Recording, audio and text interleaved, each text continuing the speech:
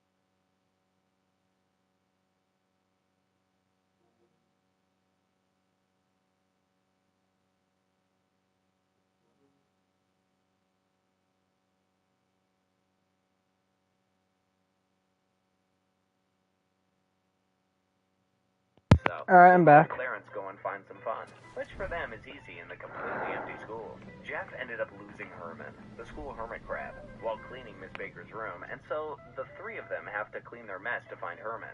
Miss Baker finds the mess first, though, and stresses out big time over it. Thankfully, after a brief scare, Herman is found and returned to his tank, and the mural still isn't cleaned. Well, in the episode Attack the Block Party, Clarence thinks he sees an alien, which turns out to just be Belson flying a drone. Clarence, while searching, finds a rave and thinks it's the aliens, and so he hops a fence and gets talking to some teenagers who he still thinks are aliens.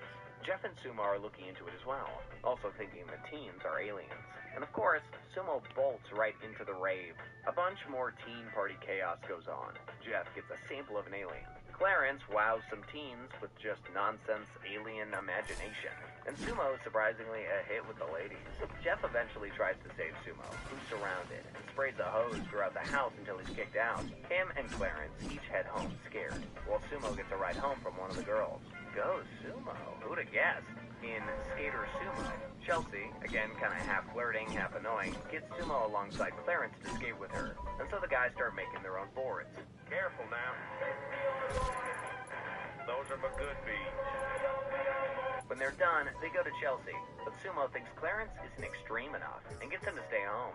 When he and Chelsea get to where she's taking him, it turns out to be an empty pool, but the stunts she and her friend do aren't very extreme, and so Sumo starts to feel bad. Clarence does show up right after though, and while trying to pull off a super dangerous trick, accidentally blows his skate just in time to have the wheels fall off. They keep doing super safe skating stuff,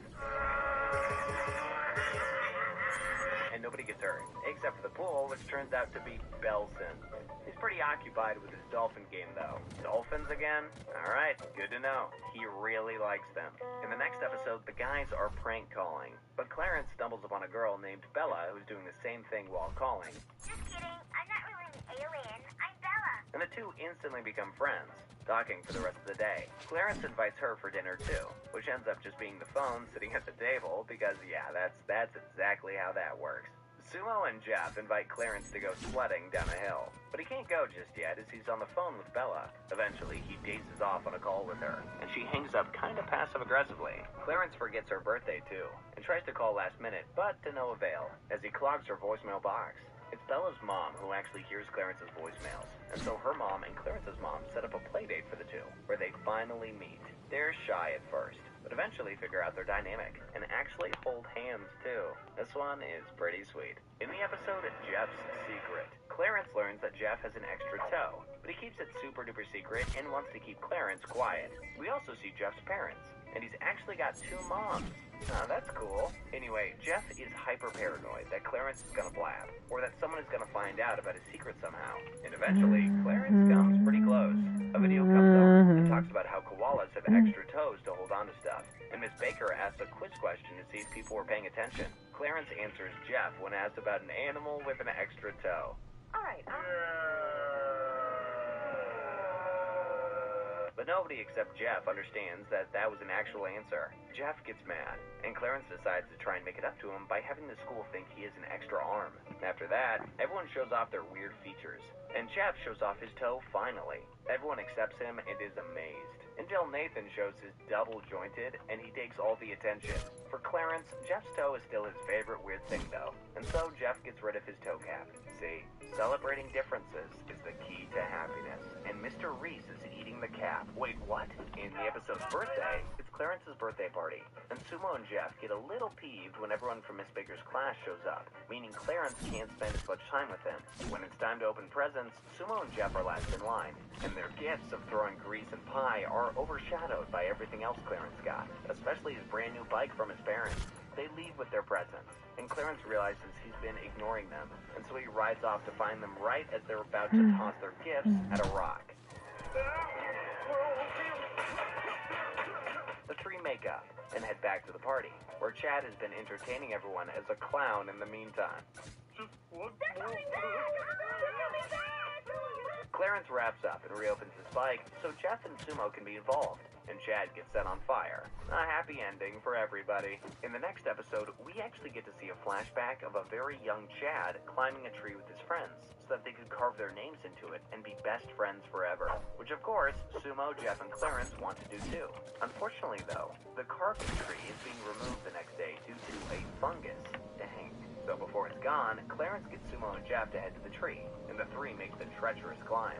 At the middle point, Jeff and Sumo fight over who's the better climber, before deciding to continue higher up. Sumo sacrifices himself so the other two can climb on.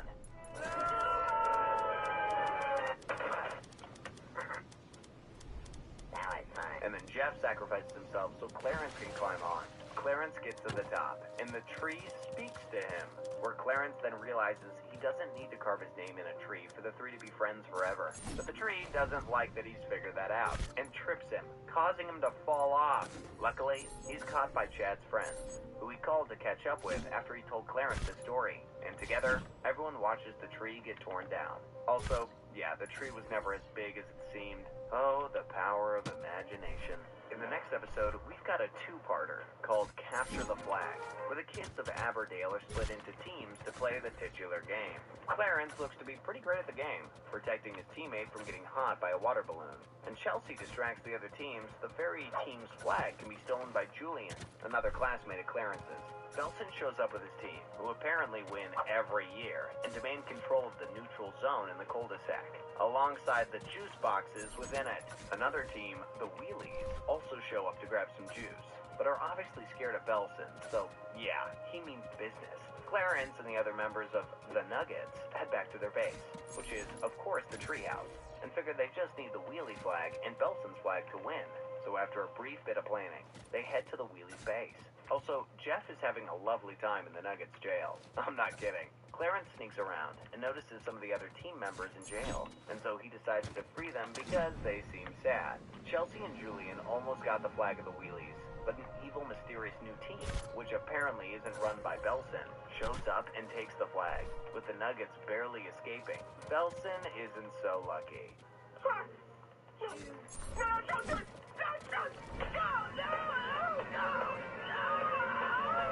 Clarence's new goal is to free all people who are in prison and leave the other Nuggets behind.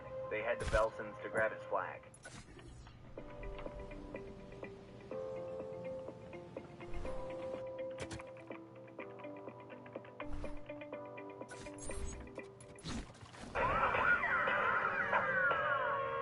But find he's been drenched and ask him what happened. He explains the other teams belted him with balloons and says they take not just flags, but people. Then the mystery team arrives and barrages everyone with water balloons. These guys are ominous. You gotta wonder who's leading them to. Julian and Chelsea are brought to the scrapyard, and Belson is tied up to a bunch of flaming garbage where it's revealed that yes, Sumo is in charge of this mystery group. He's tired of Belson always winning and always controlling the juice, and so vows that if people follow his demands, they'll get all the juice they want. And if they don't, they'll be tossed into jail. He wants to know where the Nugget and Furry flags are before Chelsea tosses a balloon at him, which he catches. Dang. Belson blasts and says the flags are at the treehouse. And so the juice freaks set off. They arrive and grab the flags. But Clarence's pacifist gang shows up and takes everyone out.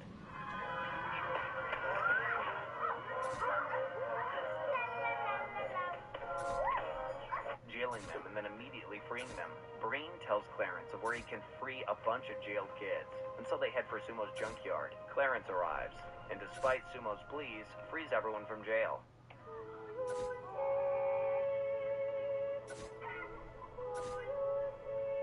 And peace is achieved. Until Chad shows up, who wants in, and so all the kids gang up on him, and then just go nuts. Clarence frees Belson, who then explains he replaced all the flags with decoys at the start of the game, and he has them all himself, meaning he's still the king. And so all the kids ambush him to end the episode off. This water balloon war will go down in history books for sure. In the episode Pizza Hero, it's an end-of-school assembly, and awards are being handed out. But all the kids can think about is how local legend Papa Mariano is said to be there to hand out pizza and put on a show. Okay, now for the award for Best Active Reading, whatever that means, Everyone goes on about stories with him, with Clarence being saved by him, and Miss Baker getting consoled by him after a breakup. Also, that picture of her ex, remember that face. Trust me. Percy had him fix his bike, and Sumo almost had a watermelon blow up in his face. But thanks to Papa Mariano falling from the sky, he was saved. What was he even doing there? Alright, I'm with Jeff starting to think that this is ridiculous. Jeff figures out that everything the guy has been doing has either been misremembered or misunderstood. He taught me about pie charts. He taught Chad about pie charts, too. But the oddest thing of all being Mariano's stalking of Miss Baker. He's kinda got a point. Jeff realizes he's bummed everyone out, and Clarence wants to know why he hates Papa Mariano, which turns out to be because the cheese of Jeff's pizza fell into his lap as a kid. That's an overreaction to the greatest degree. Papa arrives, and everyone rushes to the outside, but he apparently was in the bleachers cheering Jeff on.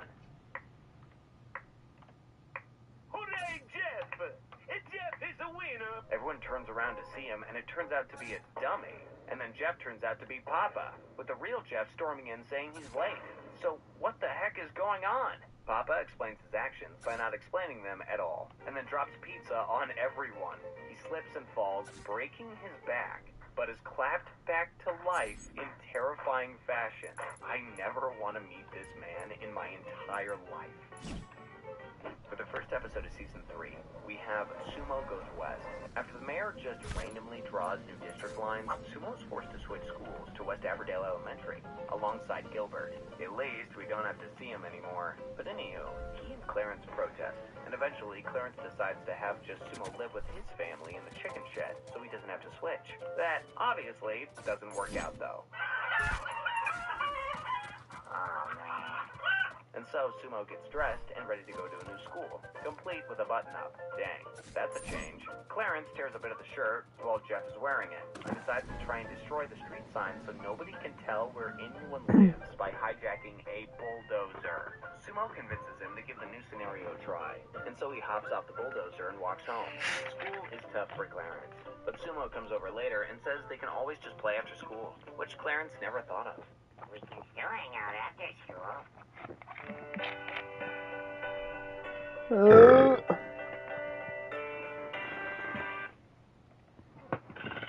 I did not think about that. The two figure things out a bit, and the new lifestyle begins. Also, the bulldozer is still going. In the next episode of Valentine's, it's Valentine's Day, and Clarence feels bad that Miss Baker doesn't have a Valentine.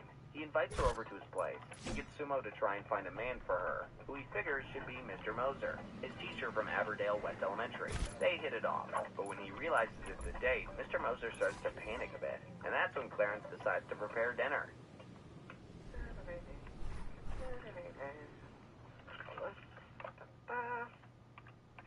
Yikes. Mr. Moser doesn't take it well, and spits all over Miss Baker, who's about to drive away until she backs into Mr. Moser. And so, the two head back in to clean up. They both walk out, and decide to go grab actual dinner together, while Clarence throws more of his meat hearts. What a weird kid. In Rock Show, Chad's back with his band. Remember how we saw that weird picture of him in Nothing Ventured? And they're about to have a concert. When they show up to the venue they're playing at, Mary finds a familiar face. Damien, an ex-boyfriend of hers. And, yeah, also Miss Baker's. Remember who she was crying over in the Pizza Hero episode? So if you can't tell, he was a lady killer, but is now a priest. Yeah, that's pretty random, but good for him, I guess. Also, we never do find out who Clarence's real dad is. So, I mean, maybe it's Damien. I don't know. Chad's band starts to play, and they get the audience on their side.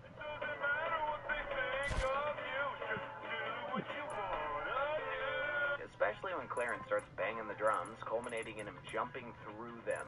Unfortunately, they relent to him by the last band to play, and a riot breaks out. But Chad is still happy. Kinda happy ending there. Also, what kind of name is Dogmon for a band? Maybe I'm just still put off by that picture. Okay, so now we have a massive 6-episode storyline that I'm gonna try and run through as fast as possible. This here is Clarence's stormy sleepover, the highly condensed version. Clarence is trying to host the biggest sleepover ever, and wants to invite everyone he knows, but nobody can show up. Clarence's mom tries to cheer him up, and we can even see a callback to the farting cactus episode with her coffee mug. Nice touch. Clarence manages to convince Jeff to come through, so he heads off to get some last-minute things, until a giant hail and rainstorm breaks out. Jeff heads over on his own, and arrives before Clarence does, and so everyone sets off to find him. Jeff flies a kite into the power line, and knocks the grid out for the whole town. Alright, part 2 time. Jeff's making sure nobody goes outside, as if they do, they may figure out the power outage is his fault. He does his best to make sure Clarence's parents don't go outside, but eventually gets self-conscious that Clarence is lost and it's his fault. And so, he and Clarence's parents head off to find him. Also, Percy is knocked into a river. Jeff eventually uses a hand puppet to channel Clarence, and through intuition alone, he realizes Clarence is on Main Street. Jeez, that's kinda scary, honestly. How do we not know it's not just Jeff having a breakdown again? Part 3 shows us what Sumo's family was busy with before the storm. Doomsday prep. Okay. Also, Sumo's got a badger friend. Good for him. Sumo stores the badger away so his dad doesn't find him and force him to leave him outside. But when the power goes out, and so Mr. Samowski immediately busts open the fallout shelter and brings everyone in. Sumo's badger gets loose, and so his dad kicks it out. And Sumo isn't happy, so his dad goes over to him later that night to apologize, but it's too late. He's already run out to look for the badger, so dad runs out after him. But the storm picks up, and they're almost dragged into the air. But thankfully, the badger saves them all. Also, its name is Candace.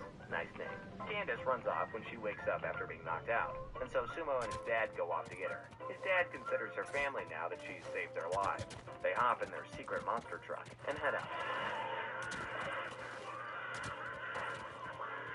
Also, Percy is still floating in the storm. That can't be safe for the little guy. In part 4, we see that Belson and Mr. Reese were at the school for detention during the storm. Belson pranks Mr. Reese by gluing binoculars to his face, and the two are tasked by Mrs. Shoup to go find Mrs. Baker, the safety officer of the school. Belson drives Mr. Reese and himself to Miss Baker's home, where the place is empty. So Belson figures she was robbed. Eventually, though, Belson finds a letter from Miss Baker's friends, congratulating her on her move to California. What? At first, Belson doesn't tell Mr. Reese, but when he starts calling Belson out on his insecurities, he admits to him what's going on. She didn't say nothing. The two get past their differences and take Miss Shoup's car to California to get Miss Baker. Meanwhile, the Wendells and Jeff are still looking for Clarence, and their van is sunk by the storm. Mr. Reese and Belson arrive and offers them a lift, and the two parties merge. Oh, and they also save Percy. Thank goodness. They figure out Miss Shoup knew about Miss Baker leaving the whole time, and head back, only for her to be jailing anyone who shows up to the gym.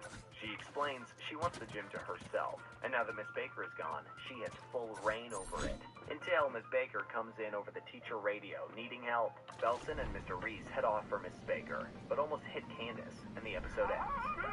Cooking ramen noodles, let In me... part 5, we start off by seeing Clarence heading to the gas station to buy Jeff his favorite I don't drink know, and dude. sleepover. Miss Baker is there too. I don't know what and the message mayor is. attempting to shoplift. What an upstanding Well, is it citizen. like, let me click or Clarence something? asks I don't Miss know, Baker the what message she's cut doing, off, and but I'm she too doesn't lazy to go wanna look at explain. it. And just as she's about to leave, the power goes out, and the doors won't open. Sumo and his dad also crash the monster truck outside, but they don't hear the other There we sound, go. and so just walk on. Probably still looking for Candace. Clarence drops his walkie-talkie that he uses to talk to Jeff, and so apparently that's how Miss Baker got in touch with the teacher radio. Meanwhile, the gas station clerk, who knows Miss Baker and how she's leaving, gets fed up, and accidentally lets Clarence know Miss Baker is leaving. You're leaving? No! They talk briefly, before they see the clerk outside replacing a poster. Turns out they're only locked inside because she needs to review security footage to make sure nobody stole anything. And so everyone fights her for the key out, but unsuccessfully. The clerk heads out one more time to replace another sign, and so Clarence grabs the key and flushes it, to make sure Miss Baker never leaves. Belson and Mr. Reese crash through the wall, and everyone, even the clerk, pile in to get to the gym. In the final part, part 6, the town is starting to flood, and everyone has made it to the gym. Clarence gets a big hug from his parents too, which is sweet. What's that sleepover without kids? The place starts to flood though, and everyone panics. So Jeff decides to tell everyone about how he caused the outage. But turns out, he didn't. It's just that Aberdale has a bad electrical system that always fails during a big storm. Meanwhile, the mayor takes a helicopter and ditches the town.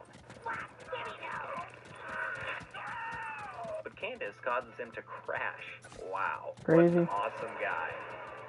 The town goes to chaos in the gym. And so Clarence gets Miss Baker to come in and calm everyone down. She has everyone build a wall to prevent the place from flooding. And at the last minute, Build Candace makes it a over to wall. reunite with Sumo. The town has a giant sleepover in the gym, and Miss Baker decides to stay. And that is Clarence's Alright, this sleepover. bridge is looking nice. Alright, This after that past, huge episode, same thing. let's get to the very last one. Anywhere but Sumo. After school one day, the boys meet up, and Sumo's got a full head of hair. After finding a couch outside and making it their own, Clarence talks with Sumo and says that tomorrow is his haircut-versary. Cut my hair. The Cut my hair. When he shaved his head. And so he asks Sumo if he can shave him tomorrow, to which he gladly agrees. Clarence finds Sumo the next day on the couch, with his head already shaved by his Aberdale West friends, and Clarence is in shock, not even wanting to believe Sumo has other friends. After stalking him for a day, Clarence finds out that they are indeed I'm trying real to friends, think which what I seem want be to in two do. places at once. Like, I want...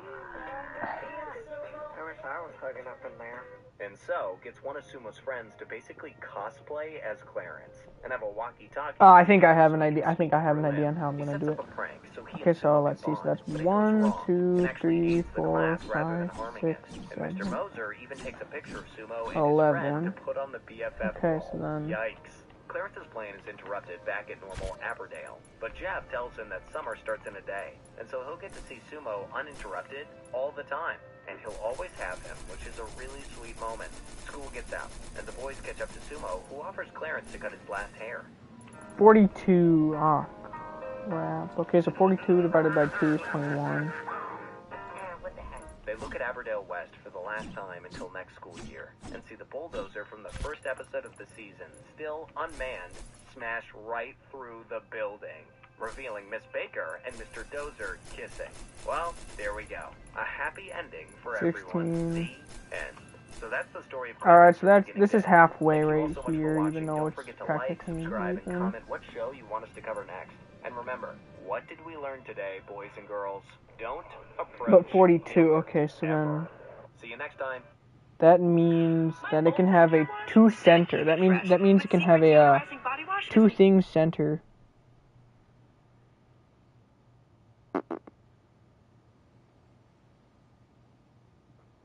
Uh, 2 tile. There we go. 2 tile.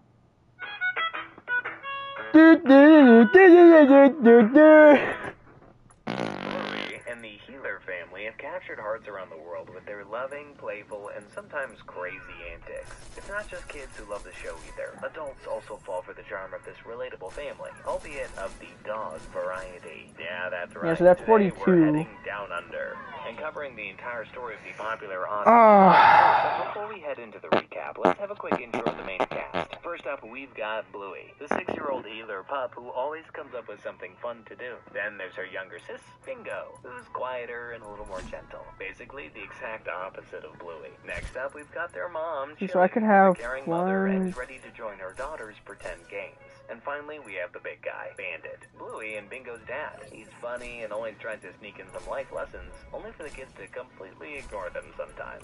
There are a lot of other characters in the series, but we'll come to them soon enough. The first episode, 11. Oh, Magic Okay, I need to Xylophone, starts off with redo Bandit everything so pretending far to right be now, an real elf, quick. who jiggles and giggles while having fun with their dad. When it's Bingo's turn, Bandit uses her as a pair of bum bongo drums, and the whole family starts dancing like there's no tomorrow.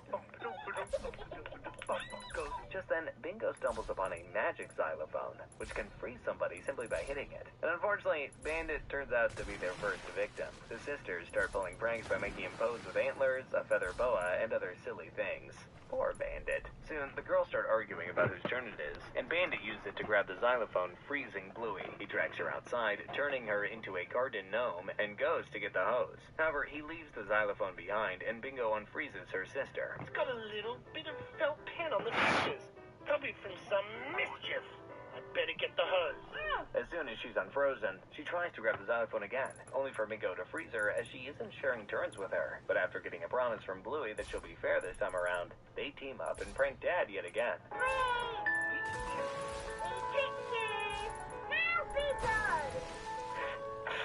In the end, the sisters gleefully watch Bandit spraying water on his face, and with that, the episode comes to an end.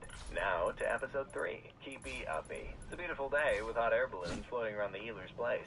Bluey wakes up and finds an unblown balloon under the bed. She blows it up before letting it loose in front of Bingo and her mom. Chili suggests that they play a game of Keepy Uppy, which is stopping the balloon from hitting the ground, as if their lives depend on it. The game begins, and the girls start tapping on the balloon like it's a do-or-die mission.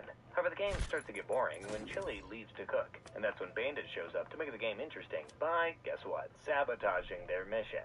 He pretends to read the newspaper and grabs Bingo while Bluey struggles to hold the balloon. However, Bandit's not stopping there. He switches on the fan, and they use the leaf blower to blow away the floating ball. Later, the balloon gets stuck on a tower of blocks that eventually is swept outside, thanks to Guess I can do this. shenanigans. Oh no! Since the grass can burst the balloon, Chili taps on it, and the balloon flies to their neighbor's yard. Luckily, their friendly Labrador neighbor, Lucky, and his dad Pat team up and stop the balloon from falling, only for Bandit to spoil the game. The balloon pops. The girls are bummed since that's the last balloon that they have, but Chili remembers that they still have one big blue balloon.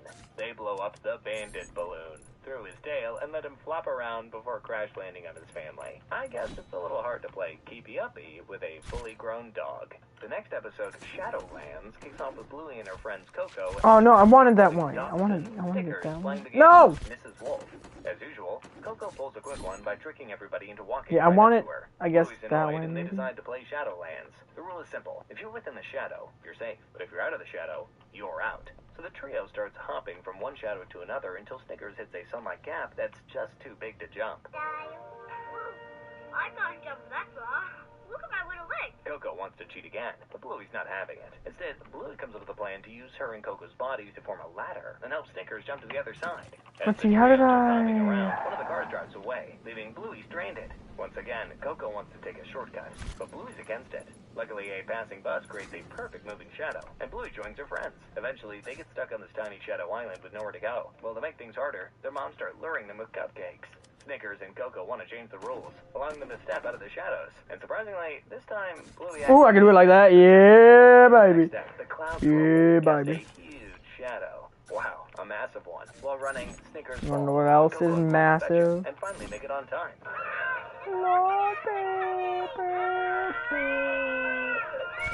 The trio start giggling and realize that the rules make the game interesting. As they play another round of Mrs. Wolf, Bluey's confident that Coco will pull one of her tricks, but this time she does it in the right way, leaving Bluey surprised. In episode 7, Barbecue, the healers are having a barbecue at their house with Bluey and Co, pretending to cook right alongside them. Everybody's having a great time. All right. Sipping a drink and telling a funny This is story to perfect. Uncle Stripe, who has come with his family. Meanwhile, Bluey is cooking sausages for her cousins Muffin and Socks, while Bingo's lying on her relaxing chair. But after seeing Chili bring out a salad, Muffin and Socks ask Bluey for a salad too. So Bingo grabs Bandit's hat and uses it as a makeshift salad bowl. Still, the kids are not satisfied and demand a green capsicum salad. You need to put salad in it. Bingo starts collecting some green leaves, not before yeeting a bug right onto Bandit's face, making him spill a drink. Then Bluey asks for a yellow capsicum, and Bingo throws a tennis ball to grab some yellow petals. It works, but it bounces back and knocks over Bandit's drink again. Now this time, Muffin wants a red capsicum. Bingo's frustrated, but still heads downstairs to whack the tree branch and picks the red flowers. However, a seed pod flies off, hits Bandit, and yeah, there goes his drink again. At this point, he should just give up on the beverage. Bingo's got a lot messier, and just when she's about to chill in her chair, the kids demand salad dressing. She hurries downstairs, grabs Bandit's water bottle, and tries to use the hose to get some water, but she loses control and ends up blasting water right on Stripe's face. With the help of Bandit, she turns off the hose and mixes up some muddy water. 43, However, this dang. detects a lot of muddy footprints, and Chili asks her to clean it up. Let's see, what if I don't count that one? More sausages, please, Bluey. Finally, she returns to her relaxing chair, and it's time to dig into the real sausages. By now, Bingo's had enough and asks everybody to appreciate the salads too. The episode wraps up with Chili thanking Bingo for remembering it, while Bingo finally gets to munch on the sausages peacefully. Moving on to the next episode, Spy Game. We see the healers, along with the Border Collie, Dalmatian, and Beagle buddies, chilling at the park for a barbecue. Yeah, another barbecue, but it's more like a bunch of friends and their kids hanging out this time. The parents are chatting and probably pretending they don't hear the chaos bubbling nearby. Yeah, what if I did on They're this busy side? How playing much a is this spy on this game, side? with Bluey and her buddy, Mackenzie, collecting hair samples like a spy agent. They get past the guards, Chloe and Honey, and meet up with their potion master, Sparkle Shot. 42 there, okay. Who's mixing I'm gonna do it off this adult one. This one right here, I'm gonna do it off this one. The duo goes for more hair hunting, only for Bingo to disrupt their mission by going for a bathroom break. Bluey tells her that she can no longer play with them if she doesn't do the job. She informs her friends that Bingo won't be coming back, and someone has to take the role of the potion master. But no one's interested in being a potion master, Okay. and worst of all, Bluey stuck So being a guard. here is going to be the middle. Hey, what? We're out of sight. When Mackenzie tries to use the potion on Chili, it instead affects Honey's mom, and a full-on power struggle begins. Seeing this, Bluey runs to Bandit and complains that no one's playing the game properly. One, Bandit two. advises her, and later she makes up with Bingo, inviting her back to the game. You still want to play? Well, can I get to do a spy? Well, Okay, so She declares let's that see. Bingo's in charge of the potion, and everyone is fine with it. Bingo takes So control that's of the bears. 8, so then The this barbecue has goes to up in go flames. 1, They 2, manage to 3, extinguish it. 4, The 5. kids who have already done their naughty work start giggling, ending the episode. The next episode, Butterflies, starts off with Bandit setting up a swing, and the girls are hyped up to play Butterflies. The next door neighbor, Judo, Do I want it joins them, that big? and That teaches feels them how to play the too game by small. starting as a caterpillar, Well, no, hopping that's on the just going to be swing, the and main finally coming out center, butterfly. okay? Just when Bingo's ready to go next, Judo That's just going to be the stops main her, area, telling her that the she main will be the center. butterfly. So Louie and then Bingo become the catchers, while Judo have does her a butterfly path thing. going It's around Bingo's like turn. this. Judo's annoyed with Bingo for taking too long, and decides to ditch her. Even Bluey runs behind her, leaving Bingo all alone. Now on to take wait for me. Now on to go. Bingo is heartbroken and goes back to her cocoon. Back to Judo, she forces Bluey to play phones, which in reality is a one-girl talk show. Yeah, this girl is one bossy little chow-chow. Before Judo could notice, Bluey slips away and apologizes to Bingo. After singing a bug song, the sisters reunite, and Judo starts looking for Bluey. Now on to blow his nose. Ching, ching. She finds Bluey with her sister and yells at her for leaving her behind. Bluey makes Judo realize her mistake, and they eventually make up. Now, everyone wants to be the butterfly. I want to see how this catcher. looks real So they quick. decide Let's to see make if Bandit I... their next victim. Poor guy got absolutely jump scared. Episode 19, The Claw, starts off at a restaurant where Bingo tries her luck at the claw machine, which ends up being a lemon, all on with her. By giving nothing back, they return home, and Julie tries to cheer them up by role-playing as a claw machine. Still, Bluey's not having fun as there's no... Oh, you won't be... Bandit You can't even see it, bro. Claw machine. The girls start Crazy. enjoying it, but Bandit asks for coins to play the game, unlike the chili machine. This machine doesn't take imaginary coins. Go and get a job. So the girls do all the house chores and make a quick buck to fund their fun. At first, they lose a couple of rounds, but eventually start winning, and the girls are hooked again. Then Bandit gives them a bonus box that says ice cream for tonight's dinner. Oh, no. Idea, I think. Maybe this might work. This might work. Oh, no, I don't... Claiming that the block is YouTube Premium is ad-free YouTube.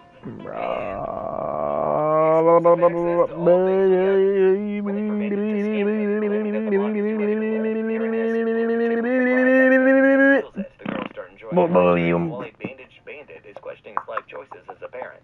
Too late, buddy. In the next episode, Fairies, we see Bingo setting up a love domino for Bandit as a gift. She rushes to get her dad, but Bandit's busy with stuff and snaps at her. Bingo's devastated and simply knocks the dominoes down herself. Later, Bandit starts looking for Bingo and... Okay, so this is going to be the center of the place. They realize that it's the work of the fairies and prepare themselves to counter it. However, the fairies are 2 steps ahead, as Bluey's covered with sinkers and Bandit's hands are stuck inside a pair of skates. Not only this, they turn their house into a booby-trap playground and also leave behind a drawing of Bandit. They realize that the fairies want Bandit to dance in front of the letterbox, but Bandit's not liking this. He taunts the fairies, which affects Bingo, leaving her frozen. With no other option, Bandit caves in and starts dancing in front of the crowd. Surprisingly, the Fairy Council approves of this dance, and Bingo's back to normal. The episode ends with Bingo running inside to grab a torch, only to find a real fairy arranging the love domino. Looks like all this fairy stuff does actually exist. Well, at least in this universe. Moving on to the next one, Bumpy in the Wise Old Wolfhound, we see Bingo feeling grumpy and sad, and she's admitted to the hospital. To cheer her up, Chili shows a video from Bandit and Bluey, who have made a short video called Bumpy and the Wise Old Wolfhound. The scene then shifts inside the video with Bluey playing the character, Barnacus, who's looking for a puppy. She tells the shopkeeper about the pup, who suggests making a wish to the star. So she does just this.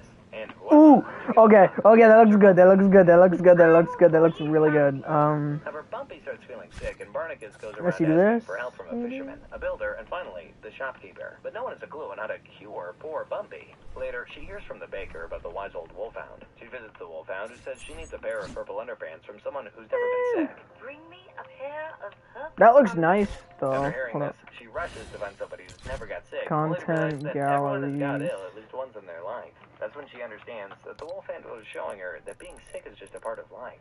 So she goes back to Bumpy and takes care of her. And one fine day, Bumpy is cured. The video ends with the main cast bowing in unison, No. with Socks Yes. biting Bandit. Yes, this is the one I was In the looking for. episode Camping, we see the healers along with the Stripe family on a camping trip. This one right here. They are playing a pretend Boom. cafe, but get interrupted by Muffin, who takes over the cafe and then kicks them out. Bluey strolls into the forest and finds a French-speaking Labrador. She doesn't understand a word, but still, they become friends. What? This is Where'd you go?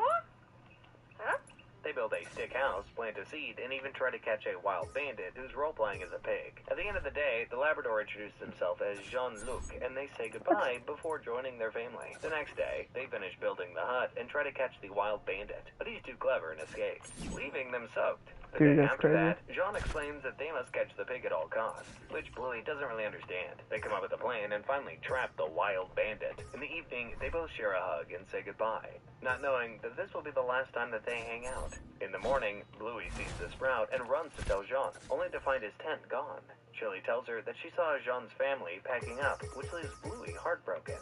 Later that night, Bluey looks at the stars and wonders if she'll ever see Jean again. Chili consoles her that special people come and leave, but memories of them stay forever. Then we get a quick montage of the seed growing into a tree, and we also see a grown-up Bluey sitting under the tree with Muffin's book. As she's reading the book, she hears a voice and looks up to find Jean-Luc on the other side. And with that, the episode comes to an end.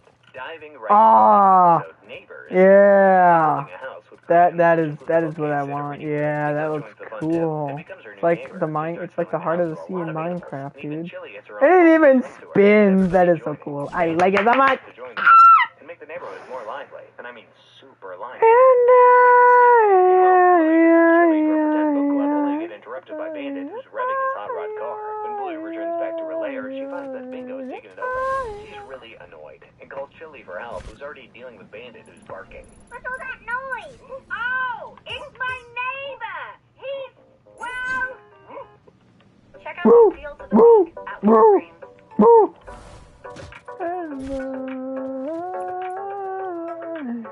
Later, he starts playing drums and even jumps on it. While all of this is going on, Bluey brings Chili to show her how far Bingo's animals have invaded her place. Instead of fighting back, Chili tells her to ask Bingo nicely to get it back. She knows how to do it by politely asking Bandit to fix the hole that he made using his pretend chainsaw. At first, Bandit's like, not happening today, bud, but after some intense eye contact, he agrees to take care of it. Bluey tries the same with Bingo, and surprise, surprise, it works. In the end, all the extra animals go to Bandit's place in exchange for all of his toys, and the neighborhood is finally peaceful with everyone enjoying their time. Now to the final episode of the first season, Veranda Santa. The entire Healer family is lying around with Bluey trying to make a quick peek at a Christmas present. Bandit stops her and reminds her to be a good girl to get a gift from Santa. Later, Bluey tells Muffin Veranda, which gives Bingo an idea of playing a game of Veranda Santa. The kids rush to the bedroom along with Bandit, and they take turns playing the game. When it's Bingo's turn, Socks joins her and becomes a helper. However, Socks accidentally bites Bluey, which upsets her. Bandit tells her to brush it off, but Bluey's taking it to heart. She decides to become Santa and gives everyone except, you guessed it right,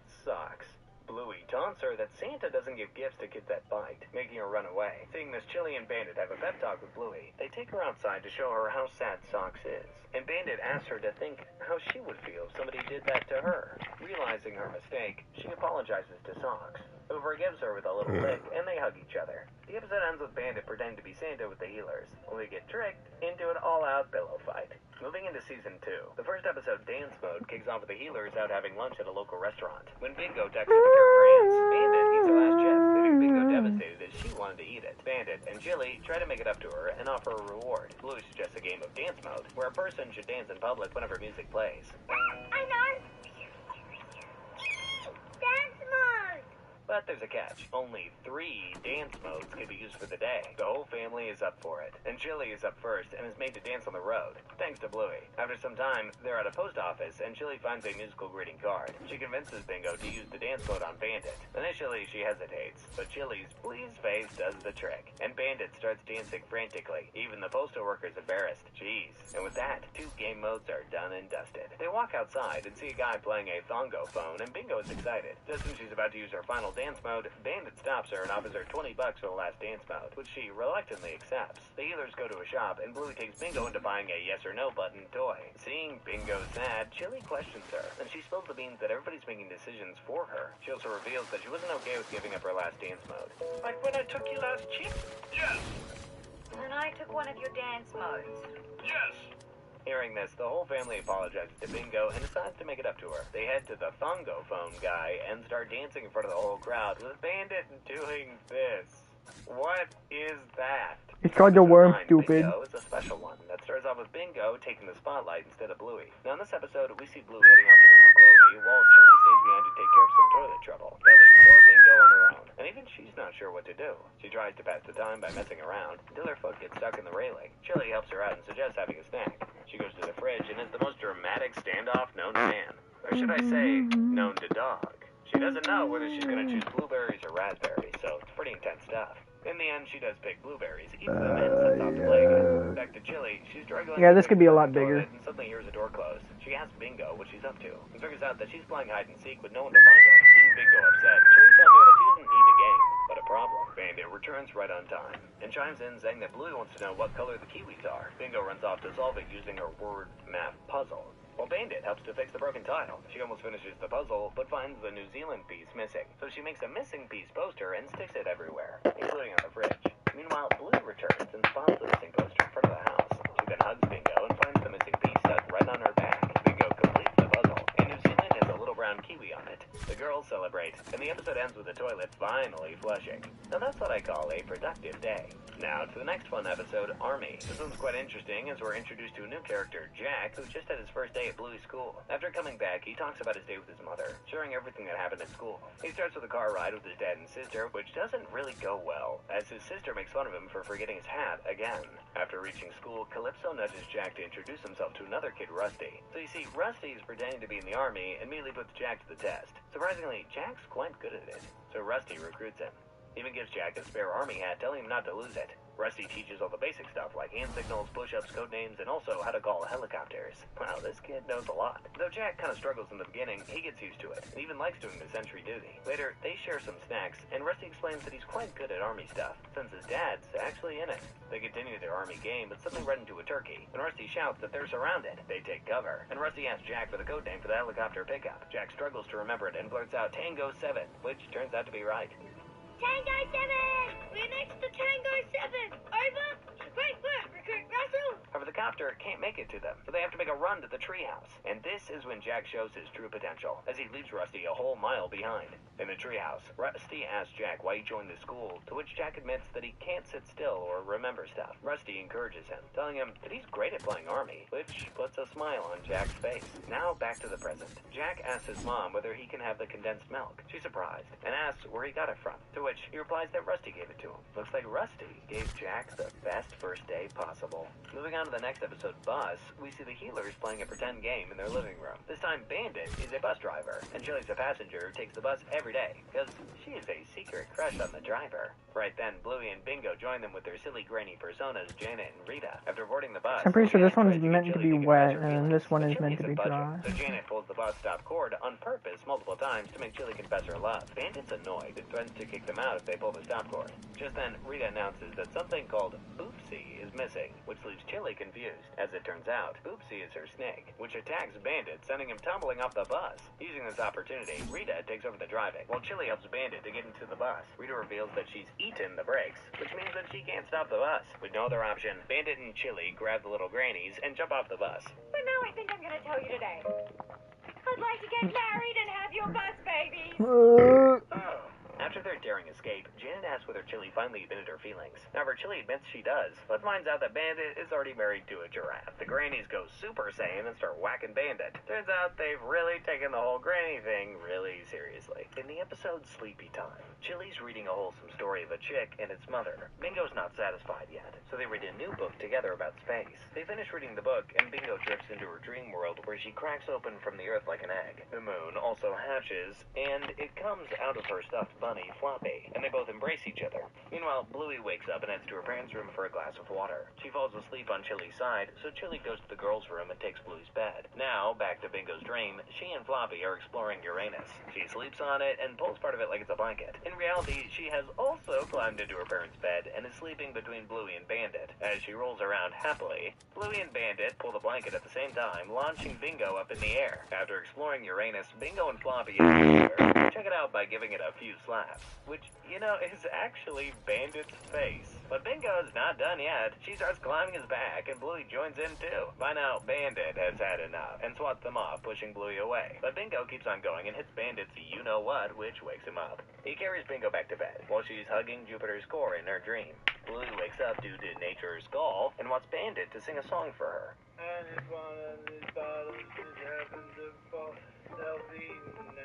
When they return, they find Bingo back in their bed, and Bandit has to sleep on the floor. Bluey also rolls over and takes the blanket along with her. This creates a freezing situation for Bingo, but when she catches a glimpse of the sun, she sets off to find it. On the way, she passes the planet Saturn, whose rings are made up of thousands of floppies, and Floppy floats off to join them, leaving Bingo behind. Suddenly, a comet takes her to the sun, which looks like a glowing version of her mom, Chili, who's also hugging her in real life. She tells her that she will always be there for her, and Bingo floats back to a broken Earth. She tries to fix it, but struggles. Meanwhile, Chili finds Floppy in the hallway and returns it back to Bingo. This helps Bingo, as Floppy and its friends arrive to aid her in putting the Earth back together. The episode ends with a montage of the Healer family sleeping peacefully.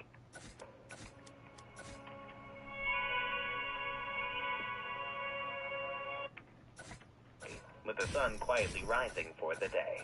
Alright, to the next one, Granddad. The episode opens up with Chili along with Bluey and Bingo heading to Grandpa's home. She reminds Bluey to eat the pumpkin seeds, but Bluey doesn't like it and tells her it's up to her whether she eats them or not. She then asks if their grandpa can take them to the canoe, to which Chili replies that Grandpa has to rest due to his surgery. They arrive at Grandpa's house, only to find him chopping wood instead of taking a rest. This worries Chili, and she tries to stop him, but Grandpa runs into the forest with Bluey and Bingo. The trio hide under a tree and plan to reach the canoe before covering themselves with mud to hide their presence. Along the way, the kids get hungry.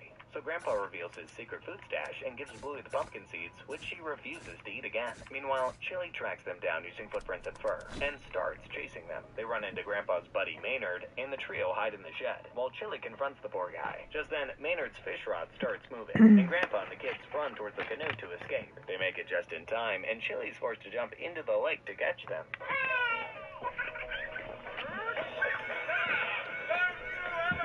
The kids help battle the canoe away, since Grandpa's finding it difficult with his sore hands. They reach the other side, and Grandpa decides it's time to stop playing the game. Chili arrives and watches the kids swim with Grandpa keeping an eye. She joins them, and Bluey tells her mom that she'll eat the pumpkin seeds from now on. The episode wraps up with Chili remembering the days when Grandpa used to bring her to the same spot, and they share a nostalgic moment together. In the episode Seesaw, we see Bluey, Bingo, and Pom Pom at the park, playing a game called Laundry. Chili's playing with them, and the kids pretend like they're clothes hanging on a line. The girls jump off and act as if the wind has blown them away. Chili chases after them, but Pom Pom finds it difficult to climb over a ledge as she's a small Pomeranian. Aw, I like Pom Pom. Feeling left out, she decides to abandon the game and joins her mother, who's chatting with Bandit. Meanwhile, Bluey and Bingo find a seesaw and start going up and down. Seeing Pom Pom sad, Bandit decides to help in his own way. He pushes Bingo aside and sits on the seesaw like a playground bully. Bluey and Bingo team up to try to lift him by sitting on the same side, but they're not heavy enough. So they bring in Chloe, Coco, and Snickers, but still they can't lift the big guy. On top of this, Bandit keeps adding silly things like a rock, which he named Rodney, and a tiny pebble as his pet. With no other option, they turn to Pom Pom, and they call her for help. She struggles to climb the seesaw, but in the end, her small size is somehow enough to lift Bandit into the air. Then the kids jump off the seesaw simultaneously, bringing Bandit back down. In the evening, the girls are playing a new game called Flies and Spiders, and Pom Pom wants to be a spider too. Judo dismisses her, saying that she's too small to play. Bluey stands up for her and helps her to become a spider. And with that, the episode ends. In Barky Boats, we see the students gathered outside the Glass House Primary School with their teacher, Calypso, telling them that they're going to meet their school buddy. The kids are excited, and Bluey finds her buddy, Mia, on top of the hill. Mia lifts her up, and Bluey suggests they build a fairy garden. Can we build a fairy garden? Okay, let's go. Meanwhile, Mackenzie meets up with his friend Captain, and they decide to play a game called Barky Boats. The pair run into each other, and Mia and Captain have a little chat, but somebody's not really liking it. They part ways, and Captain asks Mackenzie if he wants to help with the fairy garden, secretly wanting to hang out with Bluey and Mia. But Mackenzie gives a big fat no. Back to Bluey, she learns that Mia is 12 and will be leaving for a big school. She asks Mia if she can write a letter to the fairies, since she doesn't know how to write yet. Mackenzie and Captain arrive, and ask if there's any bark that they can use to play Barky Boats, but Bluey doesn't like it and tells them to go away. But after they leave, Mia finds some bark and brings Bluey along with her to give to the boys. Now, Mackenzie's not happy with Bluey around. Then the older kids run away, and the excuse of finding barking boats. Their teacher, Calypso, finds the kids moody, and explains that being 12 is a difficult age, and makes Bluey and Mackenzie understand the meaning behind it. Then 9, then 10, then 11, then... I can't hold it any longer. I can't. Whoa. All this is going on, Captain and Mia share a brief moment, hoping that they will stay close even in the new school. They remember that they have left the younglings behind, and return to find Bluey and Mackenzie bickering again. But this time, they're having fun. Bluey gives Mackenzie a hug, and rejoins with Mia to finish the fairy letter. In the letter, she asks them to take care of Captain and Mia, which makes Mia tear up and give Bluey a big, warm hug.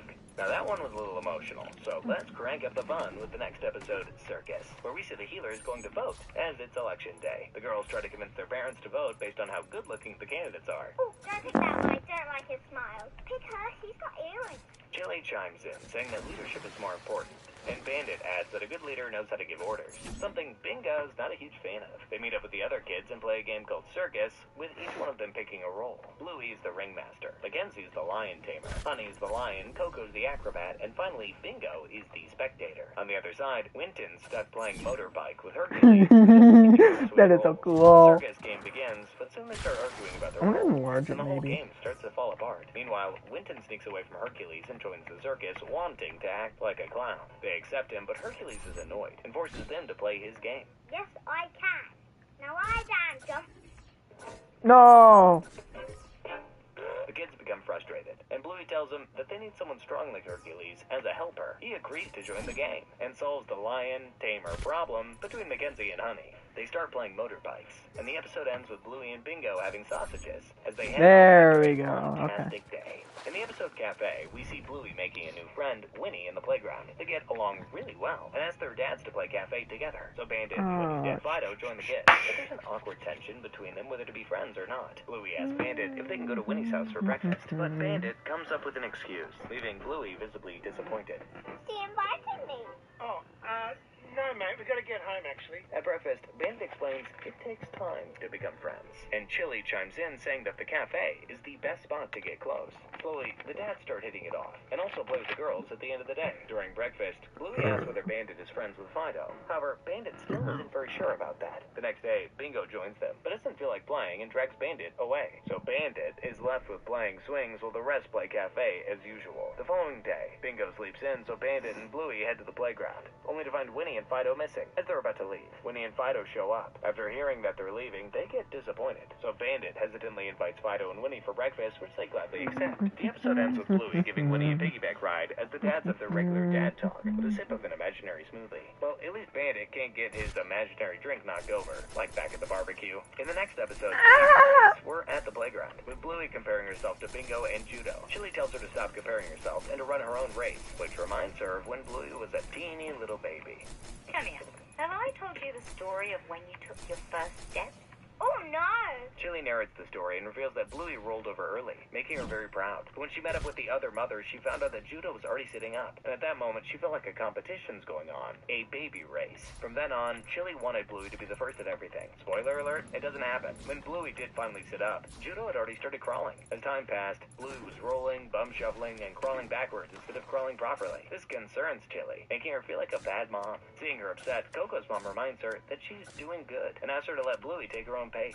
Chili breaks down and decides to let go of the pressure and start enjoying the journey. The episode wraps up with Chili revealing that Bluey's first walk was actually taken in their kitchen, which tears her up again. The final episode of Season 2, Easter, starts off with Bluey and Bingo getting ready for bed for tomorrow's special day. However, Bingo's worried that the Easter Bunny might forget them, just like last year. Bandit reads out the letter left by the bunny, who promises that it's not going to happen again. Dear Bluey and Bingo, so sorry I was late with your Easter eggs. I had some family stuff on.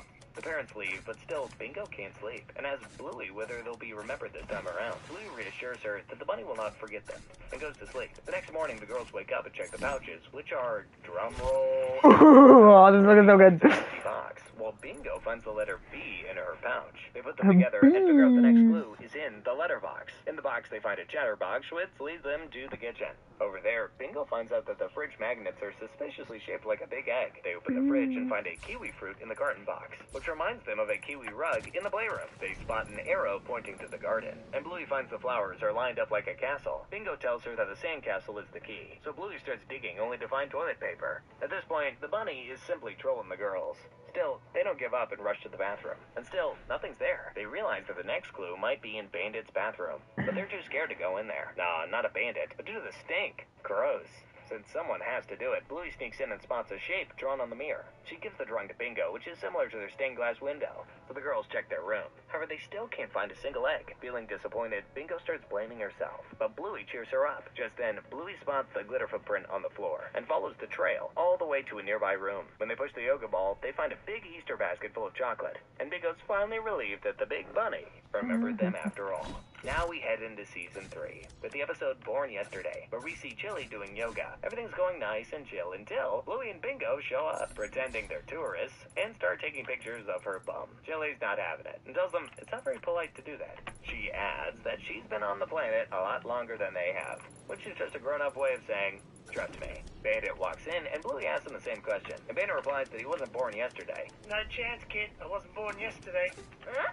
You weren't born what? This gives Bluey an idea of playing a game where they pretend Bandit was born yesterday. So their dad starts acting like he's living the second day on Earth. He doesn't know what a name or food is, treating the stool and strawberry like a living thing. They head outside, and Bandit is shocked to see the sun, assuming it's a large fireball. Later, they introduce him to the swing, which doesn't go well as he ends up hurting himself. They go for a walk, and the girls introduce him to cars and birds, all kinds of stuff. But Bandit, being Bandit, tells a random lady at the bus stop to not worry about the sun as it's supposed to be there. Alright, that's pretty funny. The poor lady is super confused, and the girls have to drag him away. Meanwhile, Lucky's dad is on the way, and Bandit literally grabs the snack and takes a big bite. Blue explains to Bandit that he simply can't just take other people's stuff. Still, Bandit doesn't get it. So she also pulls the same Trust Us Bro card, and the trio goes to the park. Why?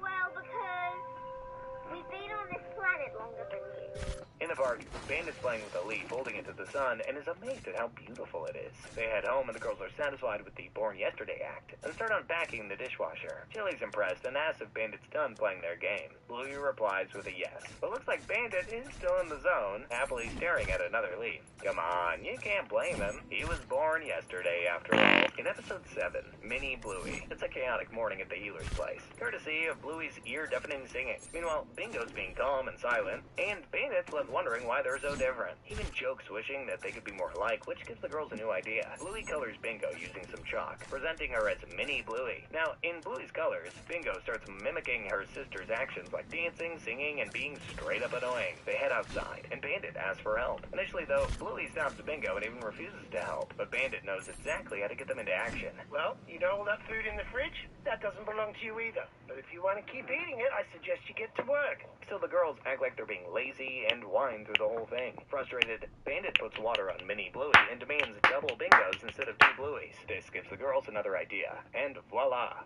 Big Bingo is born. Bluey starts acting just like Bingo by being calm and helpful. Bandit jokingly says he prefers 2 Bingos, which upsets Bluey. In the bedroom, Bingo convinces her sister that she can be annoying too. She uses sticky tape and fake teeth, creating a creepy face that spooks the parents. Bingo, what?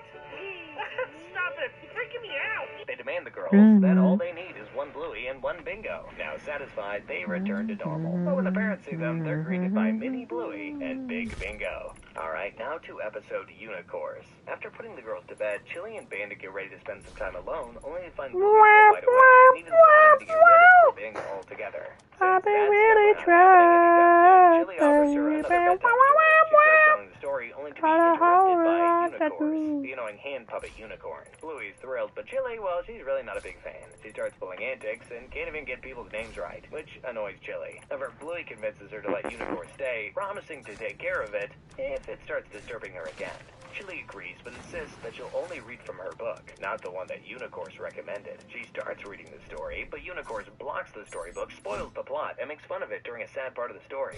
And the ending's boring. She just makes Don't spoil the ending. Why not? Because Bluey hasn't heard it. To stop him, Bluey offers Unicorns his favorite food, which he chews loudly and overreacts when Bluey taps on his shoulder. He shouts that he's injured and threatens to call a lawyer. Chili tells Bluey to ignore Unicorns, who returns with his lawyer to make even more noise. Since no one's listening to him, the lawyer gets frustrated, and Unicorns gets mad. The episode ends with Bluey and Chili finishing the story and heading to bed, leaving the 2 puppets to argue with each other. In the episode Pass the Parcel, it's Lila's birthday party, and everybody's at the park to celebrate it. The kids get ready to play, but before they can, Lila's brother breaks the piñata, and Sheila, who's Lila's mom, has to fix it. So Pat takes charge of the game, but he's confused about how kids play the game nowadays. He finds out that the rules have changed with a small gift in every layer, and the music stops for each kid. And, well, let's just say he's not really playing. Look, when I was a kid, there was only one... Stop!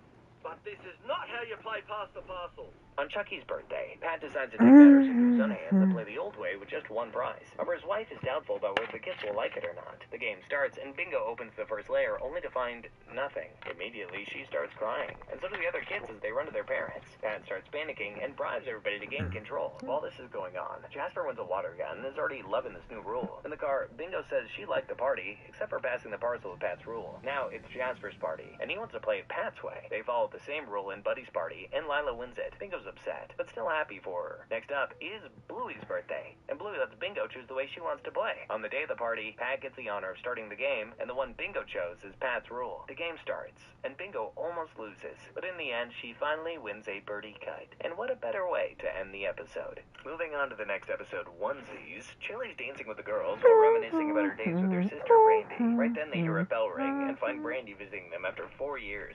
She looks more like Bingo. Who do I look like? You look just like you.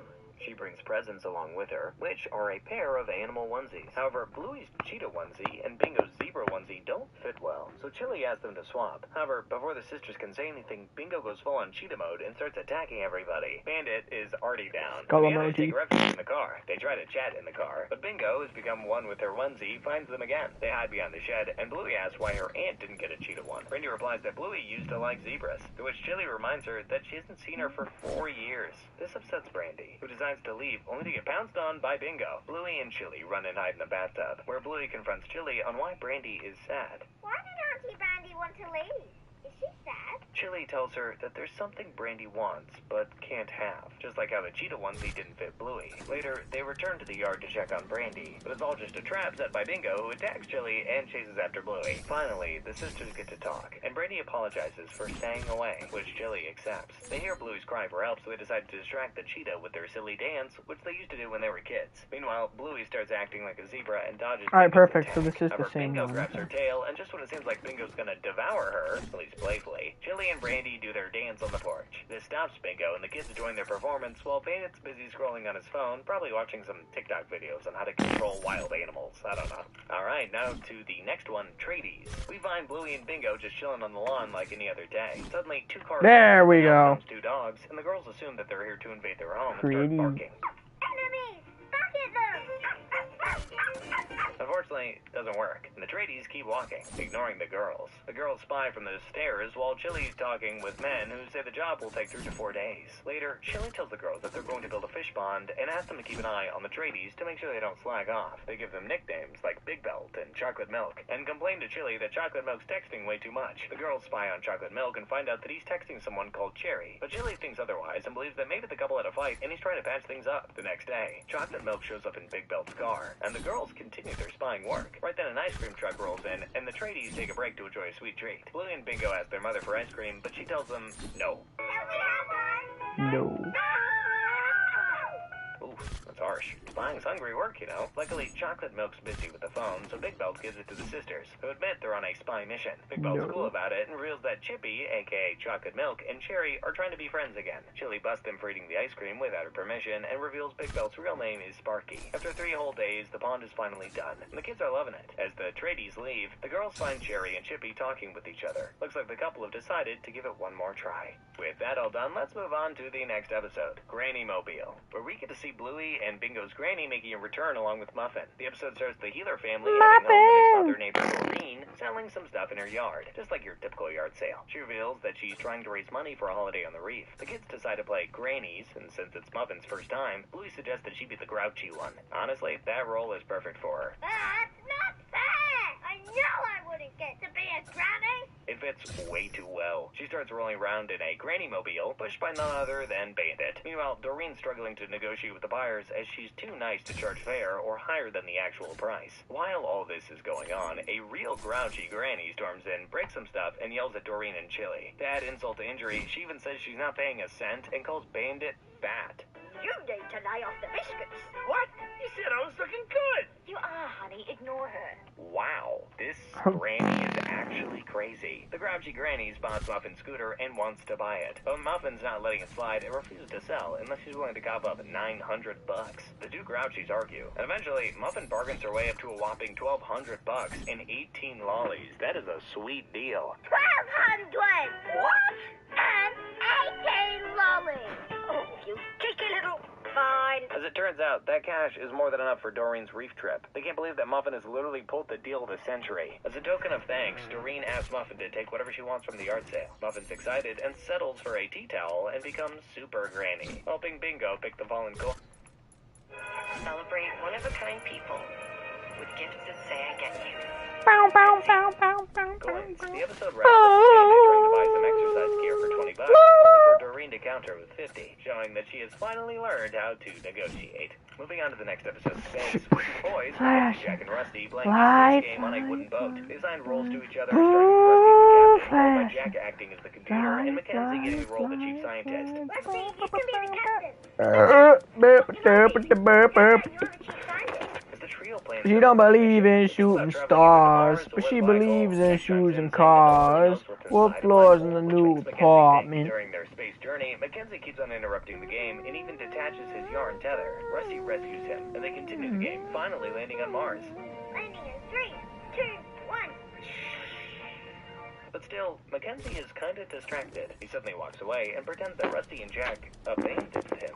He tells them that he wanted to pretend like he was left behind, but he doesn't know why he wants to do that. Rusty and Jack encourage him to join them, telling him that they need help from their chief scientist. Mackenzie joins them and puts them into hypersleep before changing the ship's course to the black hole. When the boys wake up, they find Mackenzie missing again, who has run off to a nearby tunnel. Rusty and Jack catch up to him and offer to help, only to get rejected by Mackenzie. Rusty reluctantly leaves, while Mackenzie starts his exploration into the black hole. Once inside, he recalls a painful memory, a time when he was sure that his mom had left him behind on the playground. But Calypso arrives and consoles him, telling him that his mom is still here, and the memory fades away. Right then, Bluey and the other kids show up dressed as an alien and pretend to drag him in, but Big Boy Rusty pulls him out and returns him to the ship. The episode wraps up with Mackenzie thinking about what Calypso told him, and this time, he's finally ready to conquer whatever comes his way. Listeners, if you couldn't tell, this episode is one of my favorites. The next episode, Dirt, opens up with Judo getting a bath from her mom, Wendy, and like most dogs, she's not loving it. With the hair drying done, Wendy tells Judo to go play and warns her not to get dirty. When she looks out the window, she finds the Healer sisters going crazy in a giant pile of dirt. Judo's pretty tempted to join in, but remembers Wendy's no dirt rule and tells the sisters that she can't get dirty. So the girls drag Judo into a tub and push her down the hill. She's enjoying it, but the Healers are finding it difficult. Then the sisters start doing dirt imprints, and Judo wants to do it too. She heads home and asks Wendy why she can't get dirty. Wendy replies that it takes ages to clean their lovely hair. Because we have such long hair. It just takes so long to clean it. But Bluey and Bingo aren't giving up. They create a full dirt-proof outfit for Judo, which helps her make a dirt imprint. Just then, Bandit joins them and starts splashing water on the dirt, turning it into mud. Wendy shows up and the girls ask her to allow Judo to play in the mud. After a lot of thinking,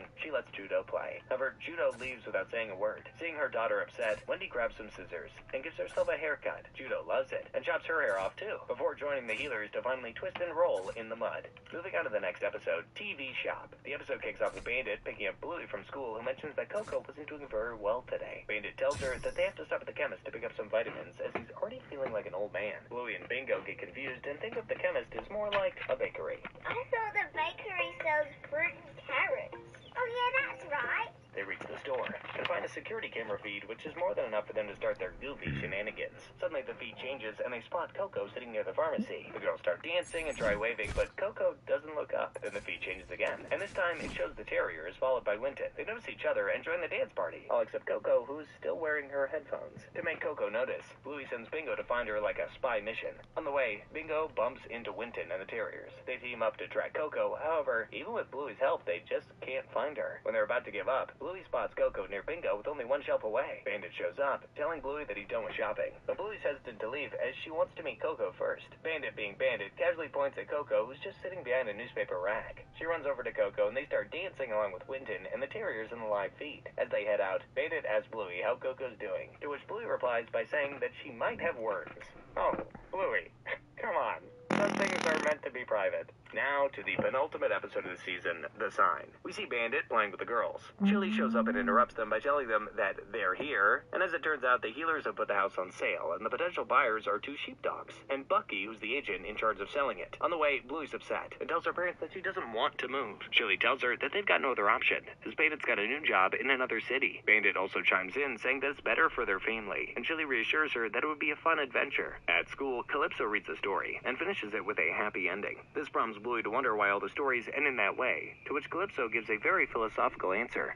Well, I guess 'cause life will give us enough sad ones. The kids start sharing their own stories, and Bluey blurts out that she's moving away. The kids start howling with Bluey. So Calypso reads a story about a farmer who's nonchalant with whatever happens. 'Cause tonight will be the night that I will fall for you. It's over and over again. She pleads with Bandit not to move. The next day, we see everybody getting ready for Radley and Frisky's wedding. So this guy, Radley, is Bandit's and Stripe's elder brother, while Frisky is Bluey's godmother. Stripe accidentally reveals that Radley wants Frisky to move out with him. This angers Frisky, who leaves to talk about it with Radley. Meanwhile, Muffin and the others join Bluey, who's sitting alone, thinking about leaving her home. Muffin gives her the idea that if they remove the signboard, then they might not have to move or sell the house. So the kids get into action and start removing the board. Long story short, surprisingly, Frisky helps the kids remove it, only to leave when Radley calls. She angrily hops in the car and leaves, telling 'Cause tonight will be the night that I will fall for you. It's over and over again. Still, they get pulled over by a cop who lets them go and also tells them that Frisky got a speeding ticket. They start looking for her favorite juice shop, but can't spot her. During their search mission, Muffin spills the watermelon juice, and Chili has to stop to clean the mess. Just tonight will be the night that I will fall for you. Barrier, purchase, doggy distraction, no expense there. Yeah, you've got this. Just like Associated Bank's got you with $50 overdraft rate zone. So when you have to make a purchase, or 7, to prepare, you can be sure we're looking out for you. So you can look out for him. You've got this. I gotta go. Right then, they spot Frisky's car and start following her, only to lose her again. As this time, Socks needs a toilet stop. Eventually, they find Frisky thanks to Flappy, a butterfly, and Bluey begs her to go back to take down the sale sign. Chili explains that's not how it works, and laments that she doesn't want to leave the city either. In the end, Chili tells Bluey, "We'll see," just like the farmer in the story. I guess we'll see. The kids leave to have a look at the place using a pair of binoculars. While Frisky's praising Bluey, Radley appears and the couple make up, meaning the wedding is back on. The scene then shifts to the Healer house with guests arriving to celebrate the wedding. Chili's sister Brandy is pregnant, and Grandpa joins them too.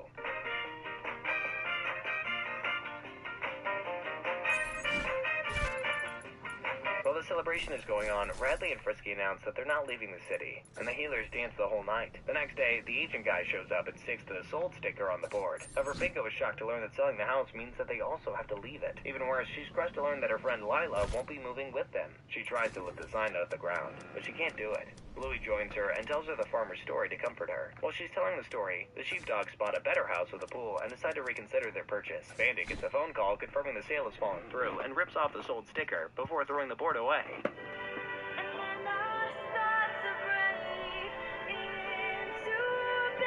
Chili and the kids run to him and give him a big hug. The girls go back inside and dance in their room, ecstatic that they get to stay. The episode wraps up with the Healers having their dinner on a cardboard box of packed items, showing that the house isn't just where they live.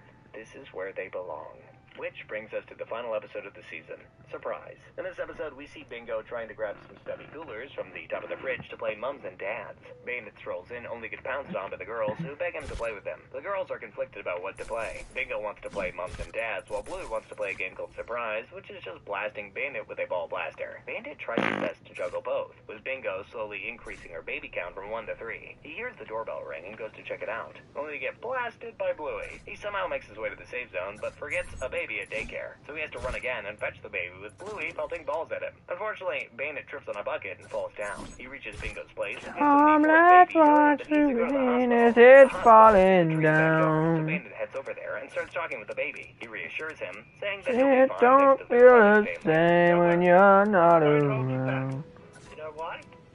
You've got a whole bunch of brothers and sisters who've got your back. Bluey, who's behind the tree, eavesdrops on the conversation, and instead of blasting Bandit again, she declares that she'll help. Bandit's pleased, as he can finally watch his race. And the scene shifts to the future with the grown-up Bluey visiting her parents. They have a quick chat, and just as Bandit's about to close the doorbell rings. He opens to check it out, but there's no one there. But soon he hears a blaster charging up, and Bandit instantly knows what's coming next. Oh no. With that, The season comes to an end. This is the entire Bluey story so far. It's not the end. The new season's been confirmed, so who knows? We may have to revisit the Healer family in the future.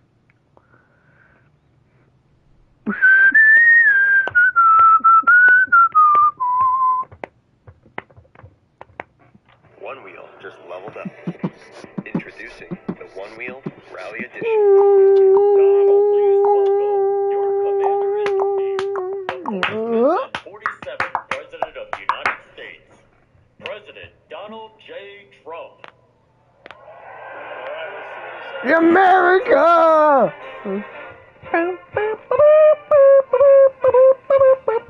Might just be some bullshit, by the way. We'll watch the first 5 minutes, but then I'm gonna probably move past it if he's talking about some other stuff. Because this probably could just be a military thing in general. He's announcing his 3rd term. He should announce his 3rd term on the same day that he declares martial law. Just because that would be the most entertaining thing that could happen.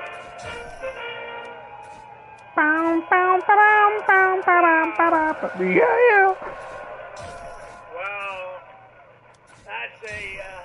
that's a beautiful sight, and it's a beautiful sight to be with you in a place called Fort Bragg. Can you believe they changed that name in the last administration for a little bit? Or is it? But we'll forget all about that. We're going to forget all about it. I want to just say God bless the U.S. Army and God bless the USA. Yeah! Yeah! America! I want to thank so many incredible soldiers, and paratroopers, pilots, warriors for What did they call Fort Bragg before then? Unrivaled American military might. I just saw something. What were they trying to call it? You don't want to mess. Fort Liberty? I've been saying a long time we have the best. Nobody even comes close, but they just gave me a display. I think this is some random ass shit. Beautiful to watch. Let's hear it for the Army Special Operations and Command and the 82nd Airborne Division. They called it Fort and the 18th Airborne Corps. Is that true? What a show it was and what a show it continues to be. And Saturday is going to be a big day in Washington, D.C. You know, a lot of people said, we don't want to do that. I say, yeah, we do. We want to show off a little bit. I think this is just him talking about the parades and everything. I will say that the intro for this definitely went hard as fuck. Like this is definitely one of the better intros that he's done. Yeah, that's it. And so this is in California. Wait it out. Okay. German right now. All right. All right. Maybe a little Japanese thrown in. But we won the war. And we don't celebrate, but we're going to celebrate on Saturday, and we're going to celebrate from now on. We're going to celebrate our greatness and our achievements. This week we honor 250 years of valor and glory and triumph by the greatest fighting force ever to walk the face of the earth. I'll give it 5 minutes. The United How about States that? 5 Army. minutes.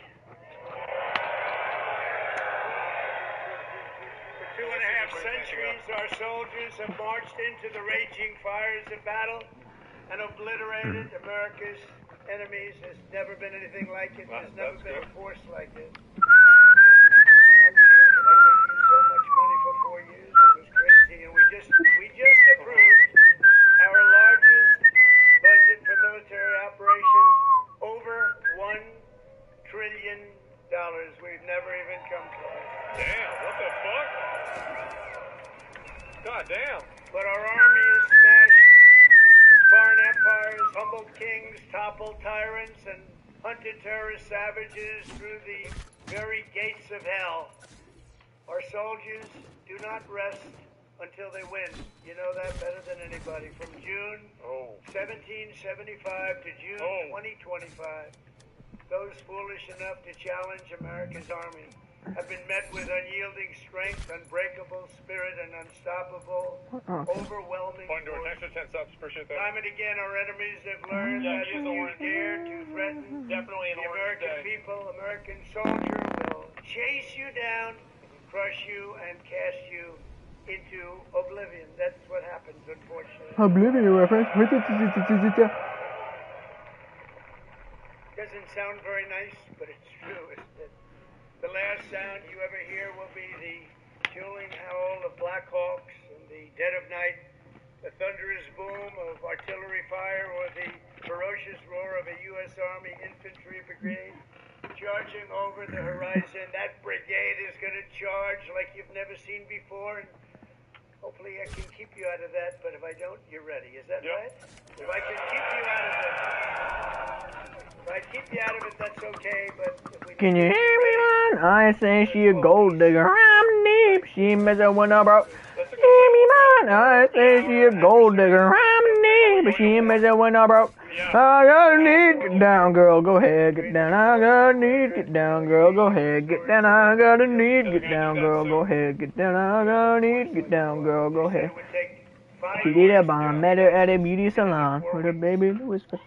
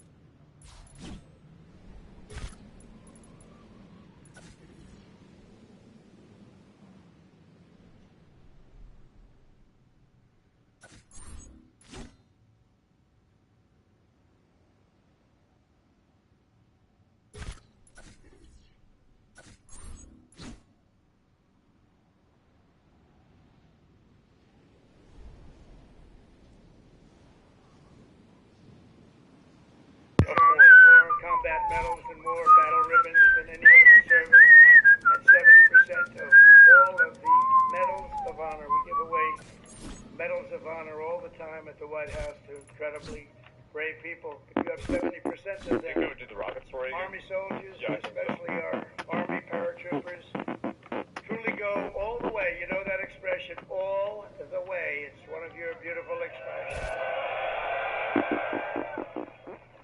As President of the United States, let me express my undying gratitude to our nation for every soldier here today, for every veteran and their families, those incredible families that are with us and all across America, and for every patriot who has worn the uniform over 250 years. Can you imagine that? No third base? We thank you from the absolute bottom of our hearts. Terms 250 in 4 days. Few places loom larger in Army lore than where we are gathered today.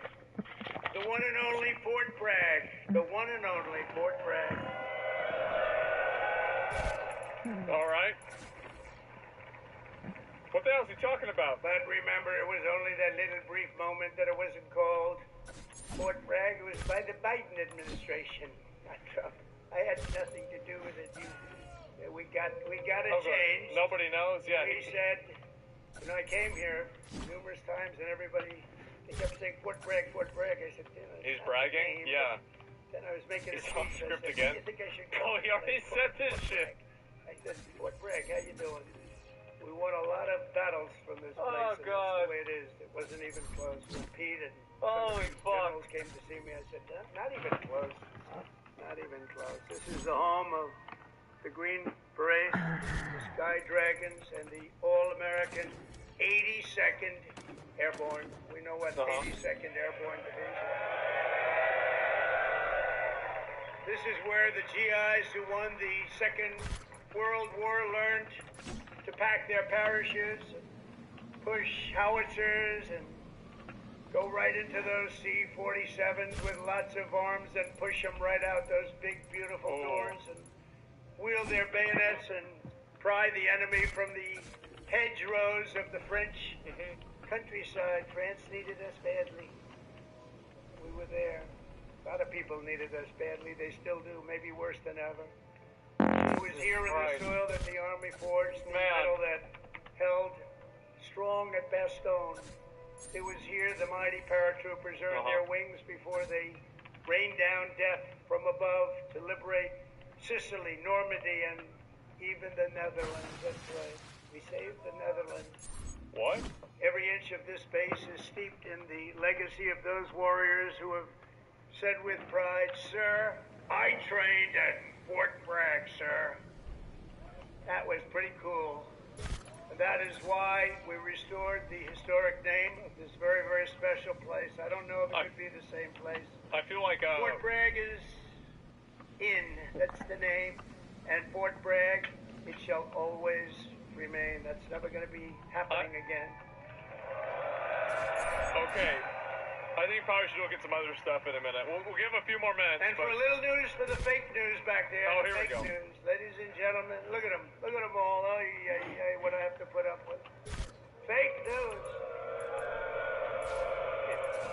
What I have to put up with. Oh, but they're all right. They've been very nice today. They were impressed with that display, I can tell you that.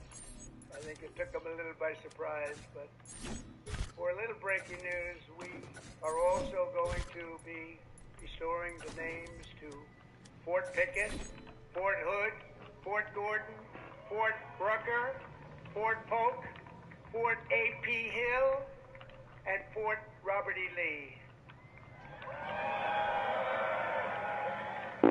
Damn. We won a lot of battles out of those forts. It's no time to change. Man. Superstitious, you know. That's a big one? Going, right? That's the big one. Superstitious. We want to keep it going. So that's a big story. We just Oh my God. announced that today to you for the first time. They said, "Why did you wait till Saturday?" I said, "I can't wait. I got to talk to." What's that? Robert E. Lee was the Confederate general in the Civil War. You never had a crowd this big. That's an honor. Do you think this crowd would have showed up for Biden? I don't think so. Who said Fortnite? I don't think so. Maybe I'm wrong. Fortnite. I want to thank so many great leaders here today, including Secretary of Defense Pete Hegseth, who's been great. By the way, Pete, thank you. I don't think there's a whole lot going on with this. I think he's just pretty much talking about some other stuff. Went through the wars. Yeah, I think he's just gonna be talking about like other random shit, etc. Right? I mean, there's not really like this is just really about military stuff, etc. These have to be paid troublemakers. Oh, Mr. President, you used to say that the governor and the mayor paid them. Do you believe that the governor and the mayor paid the judge? No, I don't say the governor or the mayor. I said somebody's paying them, I think.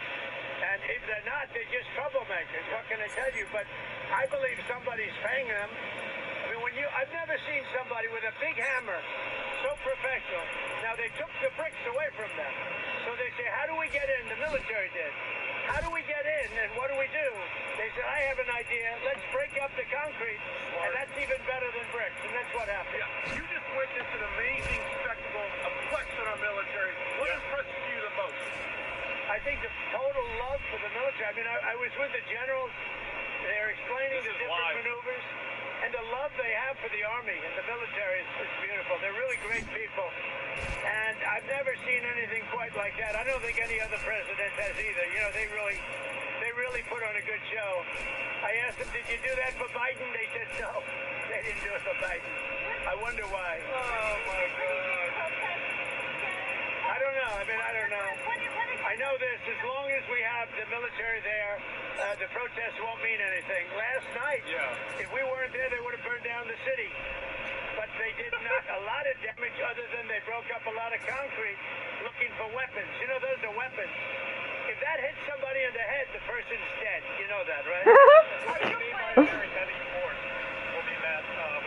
Oh, the military will be very heavy for us. I'm very proud to tell you that. Oh, man. They might as well turn around. They're wasting their time. Man, that's crazy, right? They'll end up in jail for a long period of time. They use weapons. That concrete is a weapon, a dangerous weapon. Worse than a brick, heavier than a brick. And they were dropping it off bridges and throwing it at soldiers and police. Damn, that's nuts. They're not doing that. You know, I went in my first term, I waited for governors to call in the military, and they didn't want to do it. Tried to be nice. And I watched Minneapolis and other places Tried to be burn for nice. a long time.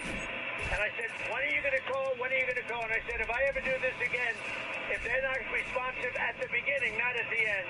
You know, I called in the military in Minneapolis, but it was 7 days. I waited for this guy, the same guy that ran for vice president. He was a very dumb person. He's a low IQ individual, like many Democrats are. But I waited for him to call him in. I kept waiting. I called him every day and say, when are you calling him? And finally I called him, because I'm not going to wait. They were destroying the city. The whole city was burning down.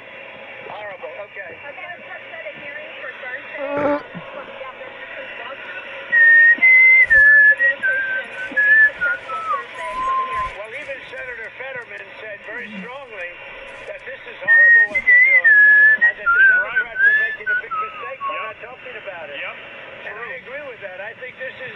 Jobless for the rain as it's falling down. Men playing in women's sports, I think that's a ridiculous thing. Open borders, you take a look at open borders. Open borders is what caused it. Many of these people, many of them, not all of them I guess, but many of them came through the Joe Biden stupid open borders. Really sad to watch. It's very sad to watch this being our country. Now, with our National Guard and our, fairly low number of... You're watching a toothbrush play Billie Eilish. I don't want to watch a toothbrush play. Oh, she They had no sucks. chance. And if you look, they were a little bit tougher than the police. Did you notice that? The police are trained not to do it. They're really trained. They're under tremendous political constraint. They're great police. I know the police in L.A. I know the force. They're very good, but they're not allowed to do their thing. They're just not allowed. They're restricted by radical left politicians. That's true. Who are pretty shameful. As Commander-in-Chief, sir, what rules of engagement do you want for the military? What limitations A very simple rule of engagement. If they're dangerous, if they're throwing concrete or bricks, if they're spitting in the face of the What do you police do? or whoever's in front of them, See, if finally. they're punching people, if they're doing all of the things that you see done for the last 3 nights, that I would say is engagement. We need to keep our city straight. I want to save Los Angeles. And Newsom is totally incompetent. Holy shit, He's not finally. Look at the fires he had. He had watch fires it, where Trey. half the city it seems It's burned obvious. down. What was it, 25,000 houses? It's too All obvious. because he wouldn't take water. I released the water from the He on that Pacific water shit Northwest. again. And it came down millions of gallons a day. And it's right there right now. They'd like to send it back. There's something wrong with these people. All I want in terms of engagement, I just want to see peace. If there's peace, we get out. If there's even a chance of no peace, we stay there until there's peace. And a lot of people are being arrested. The rioters, or whatever you want to call them, they better know. A lot of people are being arrested. They're going to be in jail they're going for a on long the time. bus. Thank you very much. Thank you.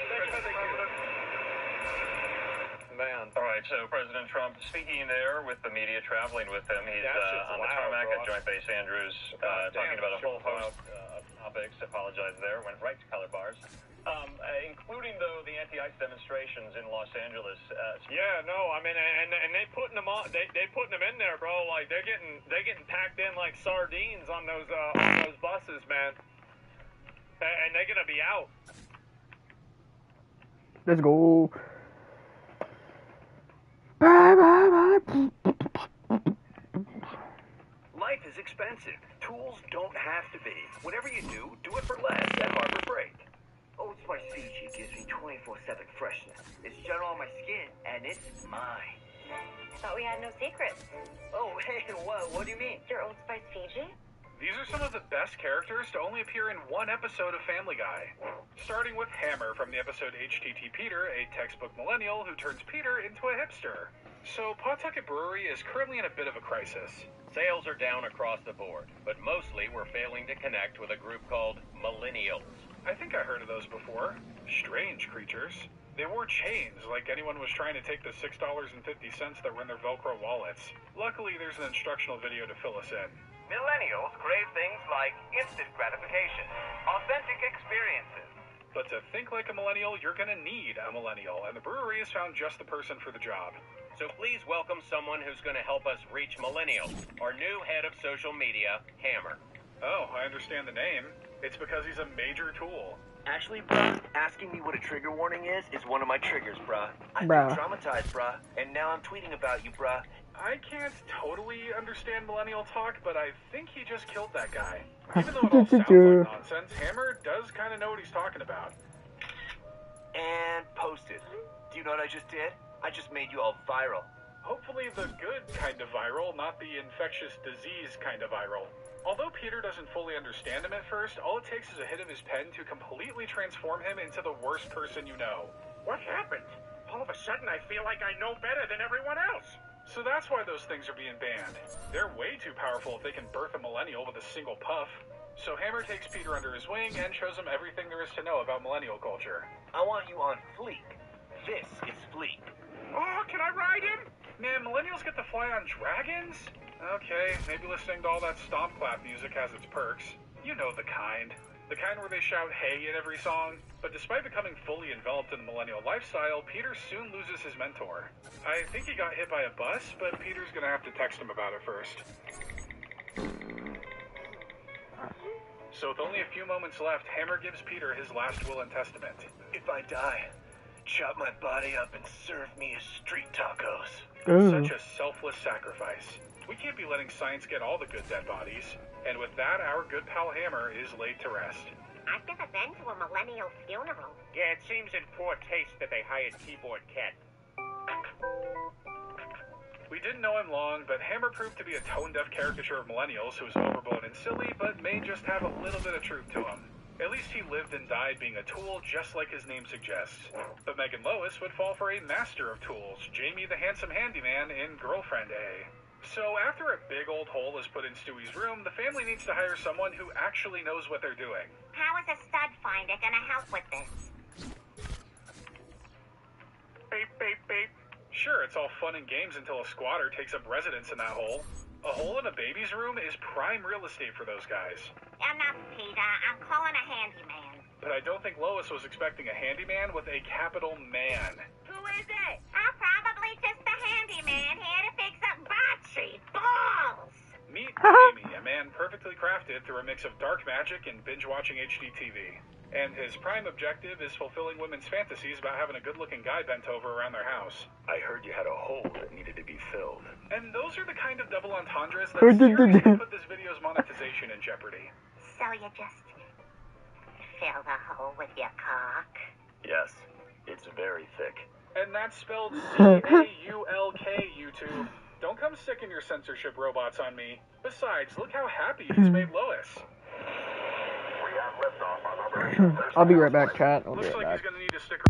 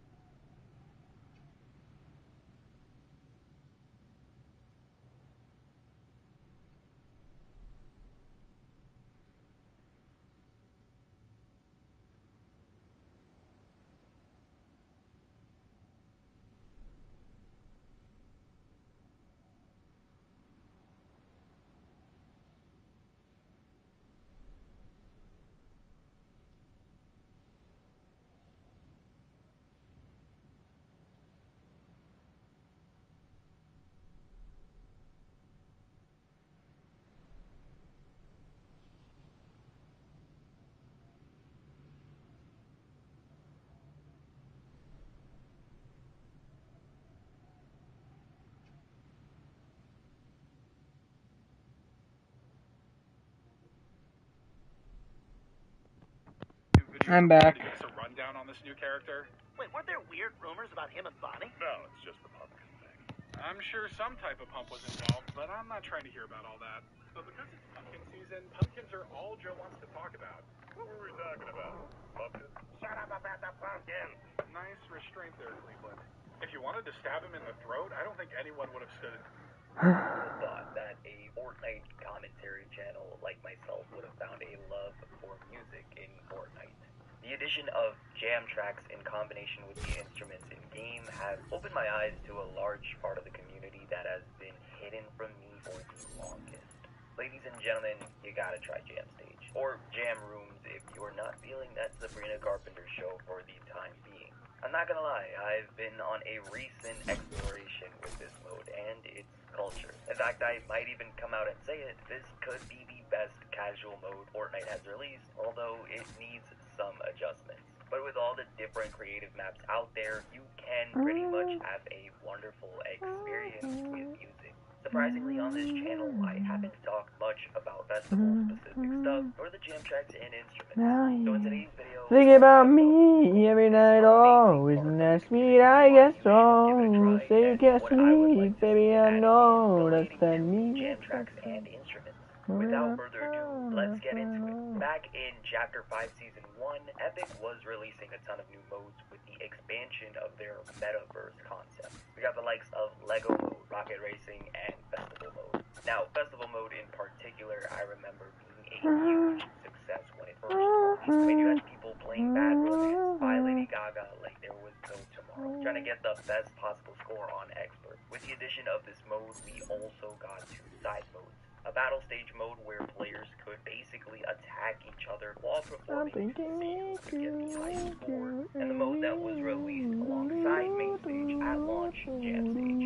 Here, players could chill and play their jam tracks freely while having the ability to remix it with other people for some unique combination. Fast forward to now, and we have gotten a ton more songs than what we started with on launch. Not only that, but the ability to solo mix was pushed out. I'm thinking you, It's actually so much fun and oh, this looks beautiful under here. but ever since that update came out, it can mode you play the entire snippet of the song, all instruments included. Now we just need an option to either play a different part of the song or play the entire song all together. And that I'm sure Epic is isn't that sweet? I guess so. So you can't sleep, baby, I know that the means below. However, there's a couple of things that I would like to see get added, and I know many others do. I can't relate to desperation. I get it then.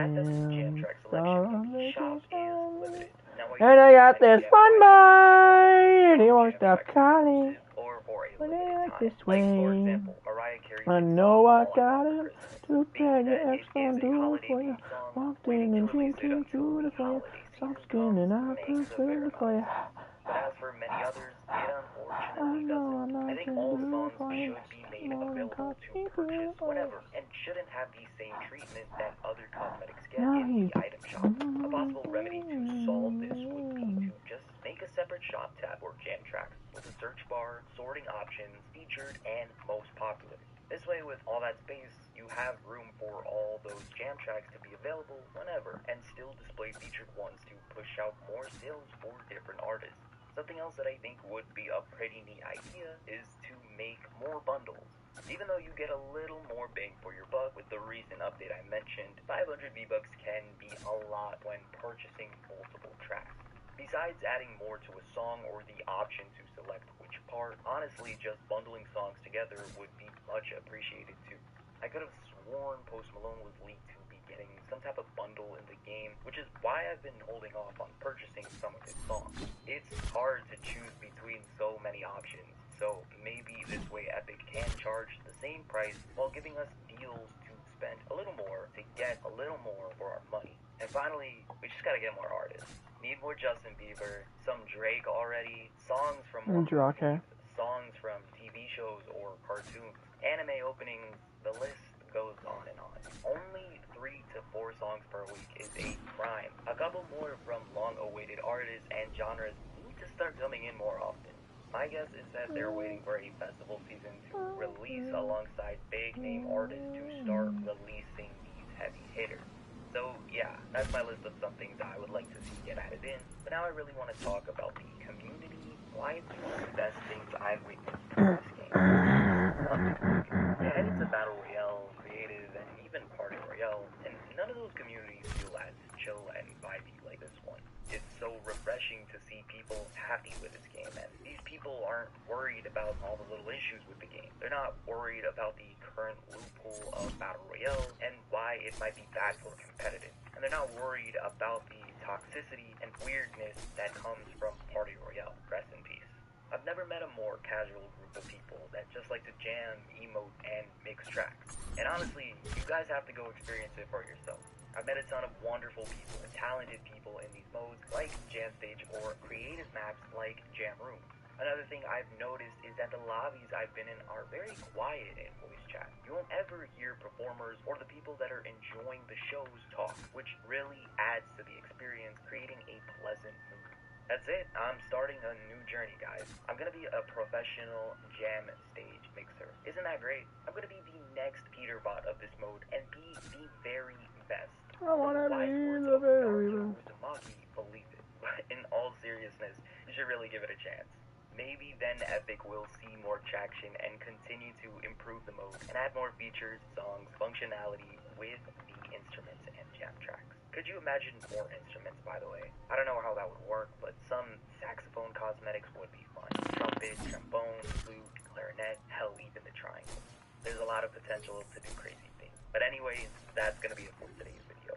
I gotta say that I found a wonderful part of the Fortnite community and a wonderful mode that gives anyone that enjoys music an amazing experience. Let me know in the comment section down below, what do you guys think? What artists or songs would you like to see get added in? And what ideas do you have for the mode to drastically improve it and expand it into something greater? I would love to know. As always, I want to thank all of you for watching. Please leave a like and subscribe if you I need you right now. Truly Mystic in the item shop if you would like to support. Let's get lost tonight. Play Secretary in Boston. Until then, peace. Alright. Behold.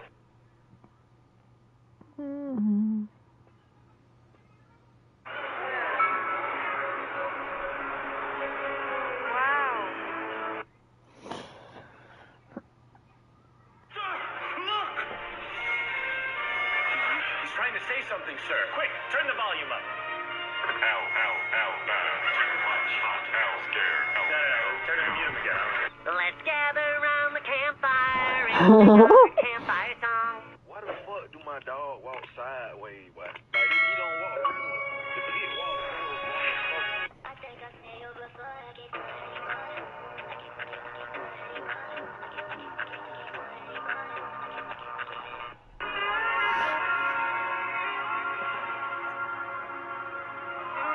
Sorry, little baddie.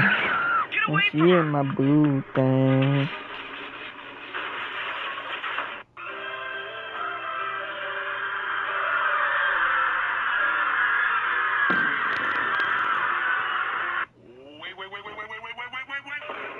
what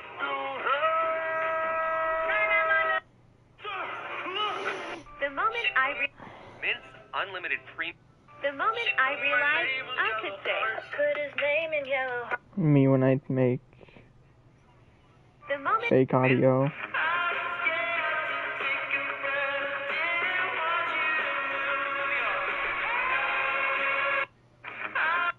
And then right.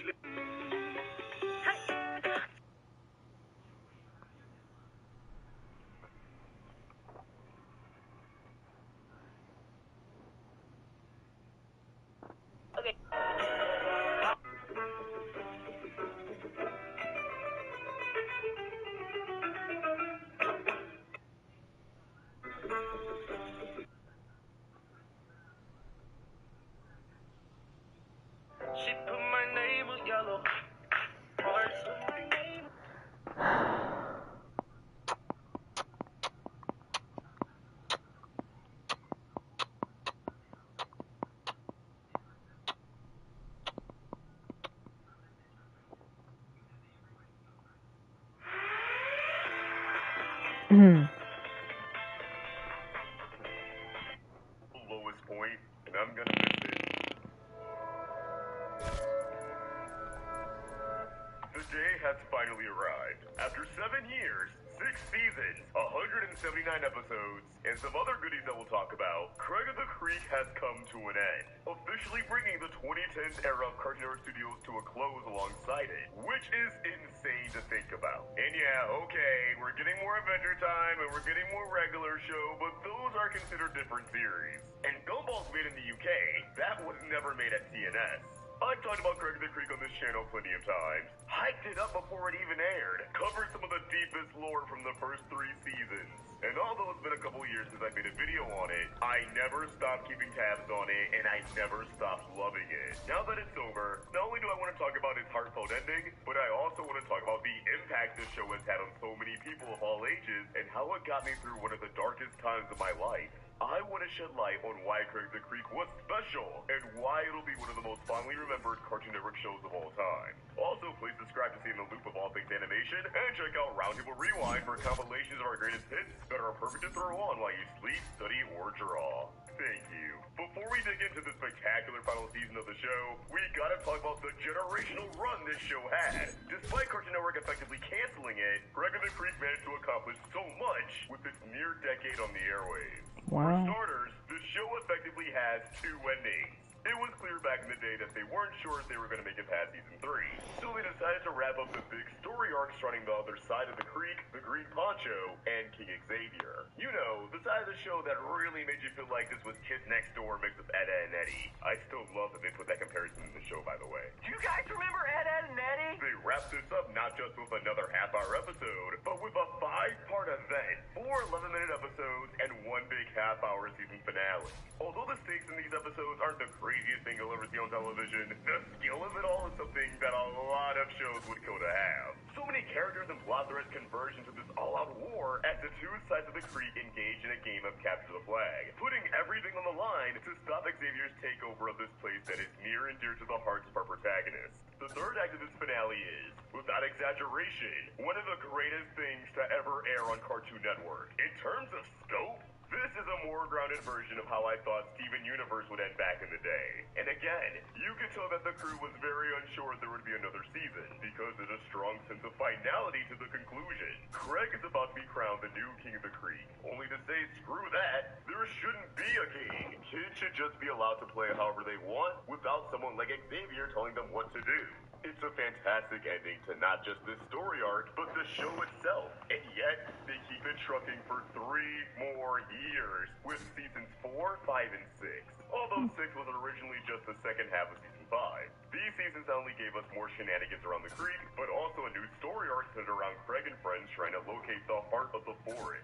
Although the real focus of it is the redemption of Xavier as he's left with no friends and becomes the Red Poncho, accumulating in a finale where he teams up and reconciles with Maya and Omar. Also, Bernard and Kenneth get some time to shine, which is really nice to see. We also got the tragically short-lived spin-off Jessica's Big Little World, which was the first and only CNS original for Cartoonito, their bizarre preschool block. I never gave the show a whirl because I'm a grown man, and unless it's something nostalgic, TVY7 is the lowest age rating I'm willing to watch, but it looked absolutely gorgeous.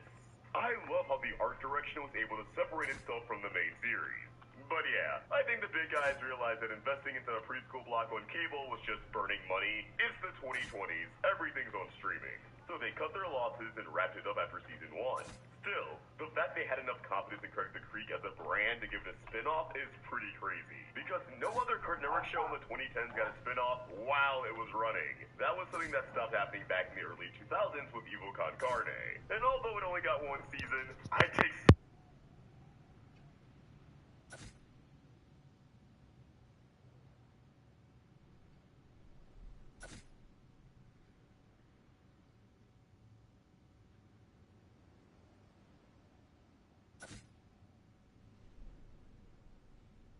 are still waiting for to this very day.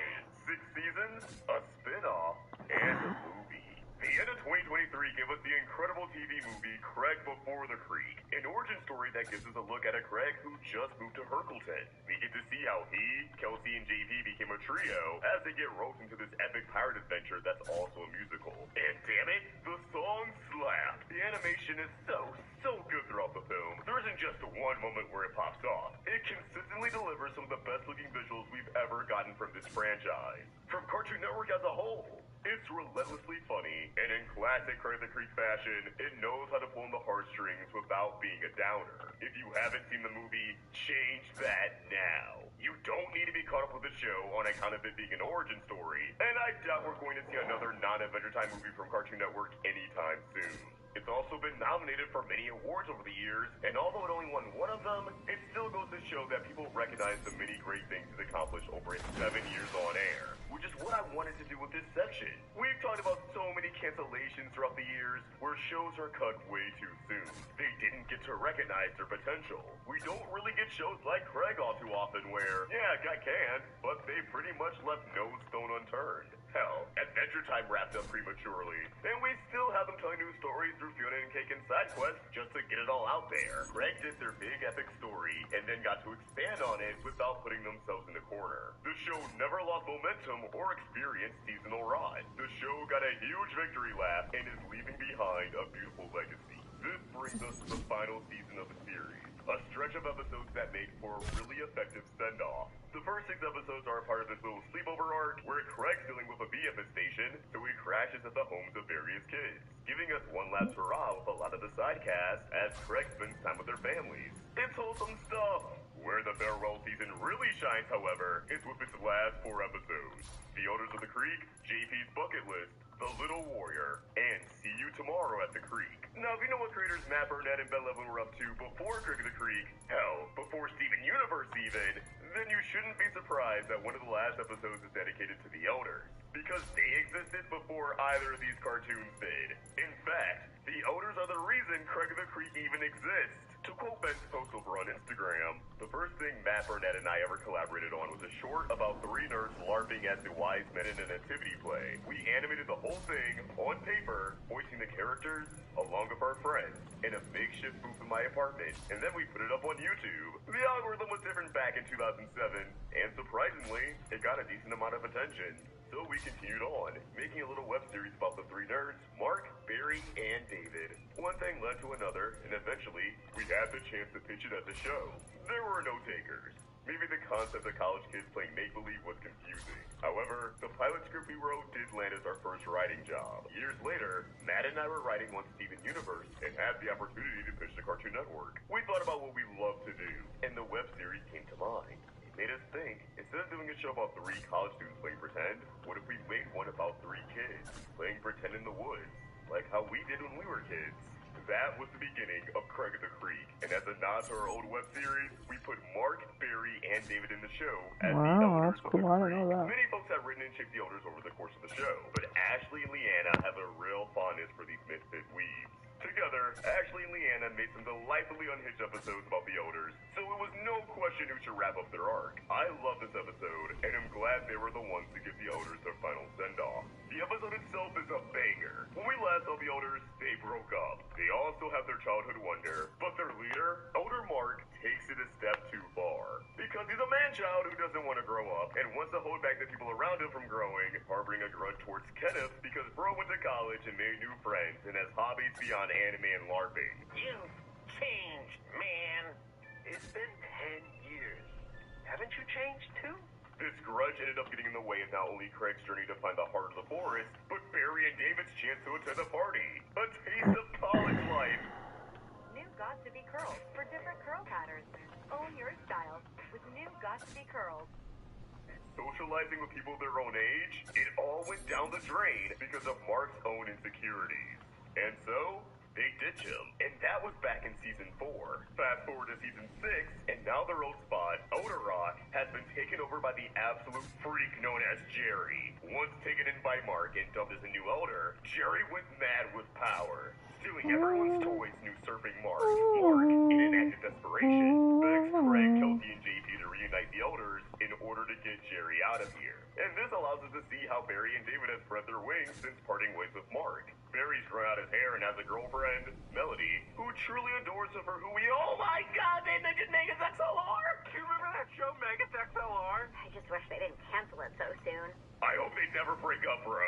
David's been taken in by the witches and is trying to be the best goth he could be, although his music isn't hitting the way he wants it to. I hate it. The kids are successful in assembling the elders for one last Ava reference. David and Barry lark with Kenneth to take Jerry down, but when they realize they have to put up with Mark, they have no qualms with calling it quits. This leads to Mark finally sharing a moment of vulnerability and introspection, acknowledging that he's been insecure and scared of the future, becoming a selfish and jealous person that pushed everyone away. He was scared of change, but trying to keep things the same only made his life worse. Maybe we can put the past aside for a moment, so I can fix at least one thing I've messed up, and get these kids' toys back.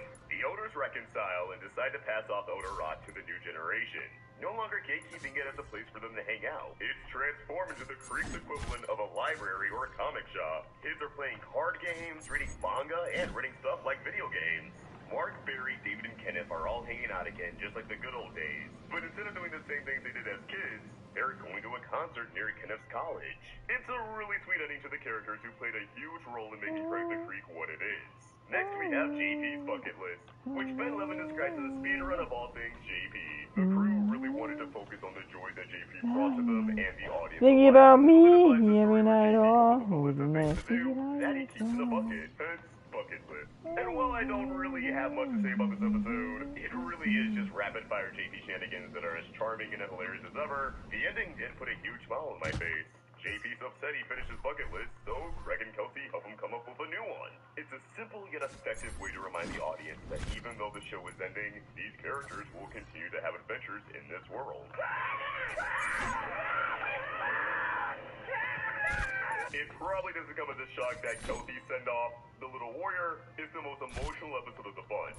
I think it beats out the emotional impact of the finale just by a hair. The series made it known back in the first season that Kelsey's mom had passed away, but this episode follows up on it in a very powerful way. Trying to figure out what to wear for picture day, Kelsey turns to her mother for advice by reading a book that was written by her, tailor-made for Kelsey. And surprise, surprise, it's a fantasy adventure novel. This recontextualizes everything we know about her. Why she has such a love for adventure, her whole D&D persona, and why she wants to be an author herself. Through this book, we discover that Kelsey's mom was terminally ill when Kelsey was a lot younger. It seems like throughout all of Kelsey's super early childhood, her mom knew their time together would be short, and she did her best to prepare Kelsey for the real world, propping her up as a powerful warrior who would be able to make the right decisions so long as she believed in herself. Dude, my heart! To once again quote Ben Levin, as a nod to Kelsey's mother being a writer, the role of Grace was played by Shauna McGarry, who was the story editor on the first season of the show, and helped usher this character into the world.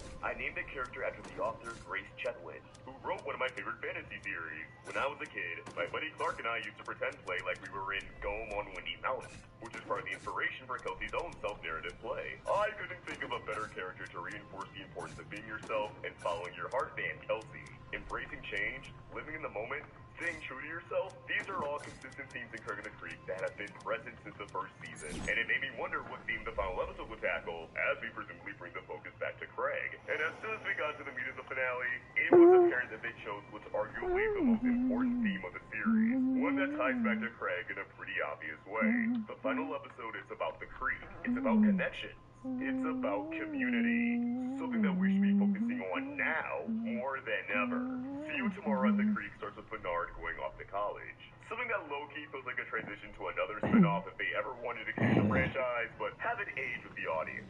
I definitely watch a young adult Bernard-focused spin-off starring him, Alexis, and the elders on the college campus, and I think it fit right in with the likes of Fiona and Cake. Teens and adults still love animation, and it seems like we're finally heading in a direction where we could get more cartoons aimed directly at older teens and 20-somethings. So I'm glad they left the door open to explore that path. But back to the finale at hand. After sacrificing his old map to the heart of the forest, Craig finishes up a new one, and instead of keeping it to himself, now knowing the creek like the back of his hand, he decides to put it up next to the trading tree so that all the kids in the creek can use it. This actually hit me in the feels a bit, because Craig's map has been integral to every story arc in the series. It is to Craig of the Creek what the journals are to Gravity Falls. So for Craig to now share this piece of himself with everyone, even total strangers, for the sole purpose of helping them, it's just sweet, man. This entire final season is just bringing things full circle in the most wholesome way possible. Because the map is accessible to everyone, the kids of the creek now know exactly where to find the trio. Dang it, we doxed ourselves! With the scragless one from the very first episode being the first to visit. Long story short, the trio throws a party at their spot with characters from throughout the series mingling and thanking Craig for bringing them all together. Craig gets his props for all the bonds that were formed throughout the 6 seasons, and some of the praise definitely feels like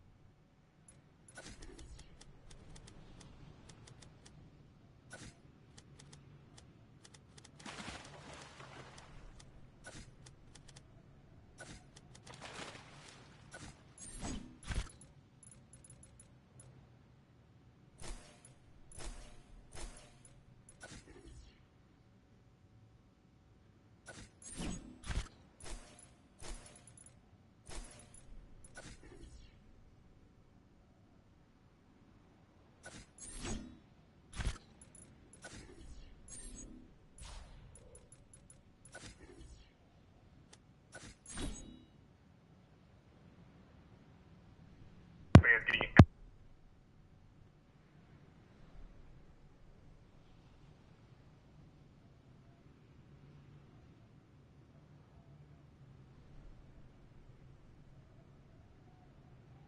day while blasting anime OPs. If Craig the Creek didn't remind me of how cool it was to just be out in nature with your friends. I can only imagine the impact it had on the target demographic. The show managed to perfectly capture not only the Thinking about culture of the late me 2010s, every night, but it all captured the was in evergreen that speed, experience I of guess childhood. so. Things like hanging Thinking at the laundromat with your cousin, baby, I feeling know. to turn down someone who likes you, but you don't feel the same way, and then you have to break things off. Getting a bad haircut and having to lurk in the shadows like you're Quasimodo. These are the things you're both like Baby, I know. when you're a kid. And Craig knew how to tackle all these experiences in a way that was not only really funny, but really refreshing. Not to mention, as someone who grew up as a suburban black boy, I saw so much of myself in Craig. To harken back to that laundromat episode, Craig gets roasted for how he speaks, and it reminds me of so many interactions I had with my family growing up, although it was always in jest. Still, I know I'm not the only black dude out there who resonates with Craig as a character, and I can only imagine how many black kids like him got to see him on the TV and just immediately click with him. This shit means something to me, man. Representation in general is something Craig the Creek excelled at, showing how people from different walks of life are all doing their own thing and just want to vibe. Which, by the way, don't let anyone ever tell you that representation doesn't matter. There was a video going viral not too long ago of this sweet little girl who was drawn to a plush of Todoroki from My Hero Academia because the design was identical to her birthmark. Not only did the creator of My Hero see this, but he told the voice actor for Todoroki about it, with the voice actor sharing on social media that there was a heroic side to this that only Todoroki could pull off. People, and especially kids, seeing themselves in media goes such a long way in getting them through the day-to-day of life, especially when there's a lot of hatred out there in the world. It helps give them a sense of belonging, and despite the usual talking points you'll see online, I think most stories known for the representation tend to do a great job of it, while still prioritizing a good story. But the fact that show's officially over with at this current point in time is honestly kind of eerie. It reminds me of how Steven Universe Future wrapped up as soon as lockdown began, and society's been irreparably damaged ever since. But I hope the kids who felt empowered by it don't lose their shine, no matter how tough life gets. And on that note, as I said in the intro, this show was truly here for me at my lowest. I talked about it once before on here, but in the beginning of 2022, my partner at the time, Emily, suddenly passed away, and I was effectively dead inside. My body was moving on autopilot. I didn't want to do anything. I could barely even watch TV, and the first show I managed to actually watch and not feel completely terrible while doing so was Craig the Creek. Season 4 was just starting up, and I binged the first few episodes. and they gave me something to look forward to. It didn't pull me out of my rut, but it kept me present, and I'll always thank the show for that, for being there for me during a time in my life where I was just ready to check out entirely. So if anyone who worked on this show is watching and made it this far, thank you. You really have no idea how much you helped me and countless other people. I know people who got into this show when they were an adult because it was just cozy and it reminded them of a simpler time. I know people who watch the show with their kids but are genuinely invested in the characters. You guys made something that will continue to be important to a lot of people. And no matter how tough things get from here on out, I really hope you never forget that. It might be the end of an era, being the last 2010s show from Cartoon Network Studios and all, the last CNN original to have cable premieres about moving to Adult Swim, but even so, I can't wait to see what the crew does next. As always, I want to know what you guys think. What are your thoughts on Craig of the Creek and the show as a whole? Let us know your thoughts in the comments down below, and keep the conversation going over on Twitter and Instagram at AustrichThoughts and at Roundtable Vids. If you enjoyed this video, please sort of like and subscribe to the Roundtable for more great cartoon content. Thank you so much for watching, and I hope you have an awesome day. Peace.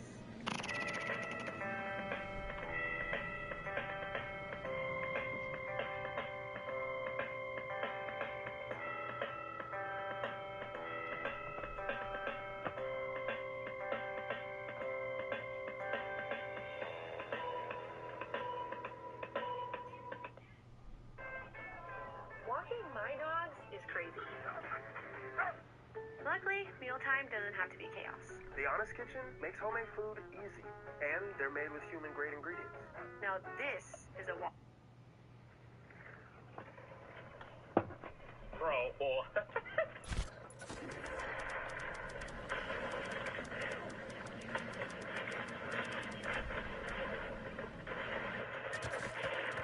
I mean, this is sick, dude. Oh, Grant, I can't wait for my game to lag like absolute crazy because this is my first time playing this season. Surge Fire, oh gosh, bro, they brought this back. Great, they brought back the Fury.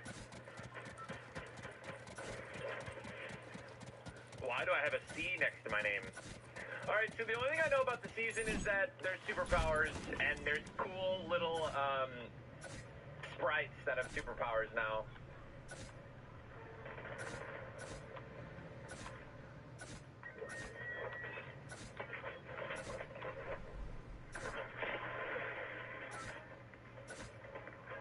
Huh? I literally have no idea what's happening.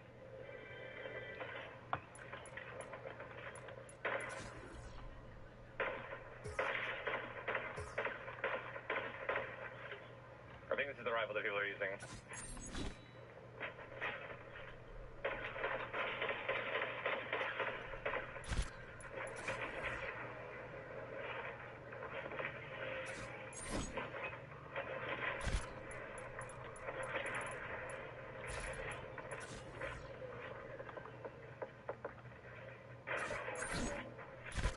What did he just do? What the heck? Did he go invis? How did I not see him? Oh my god, I just missed him. What did he just do? What the heck?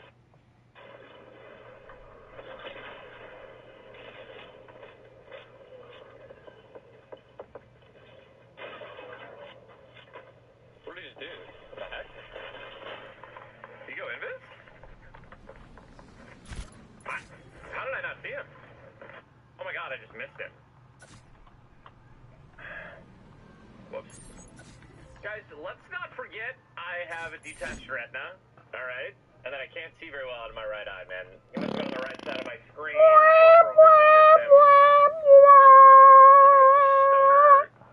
Blizzard here. I probably shouldn't go to any. I know these people got some up and I'm looking for it. I mean, it's my second game.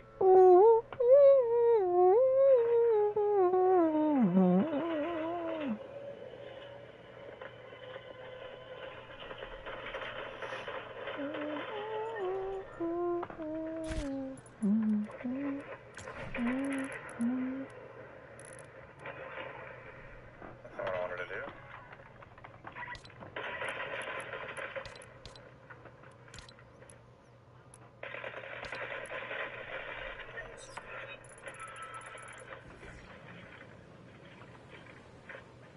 It's taking forever to reload. Spire rifle. This thing has 50 rounds. Madness smoking aid, cap. Let's see how tall is this though.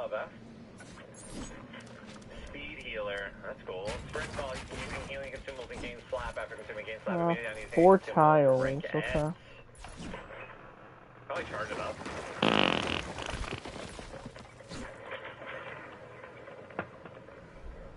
I still don't know what this does.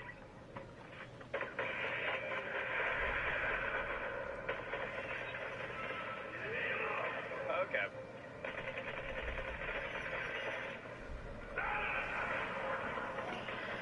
Oh,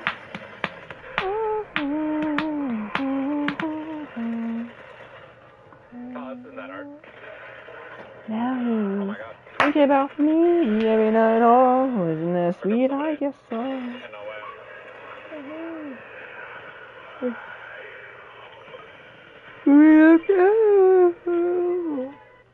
I'm like, I can't relate. That's awful.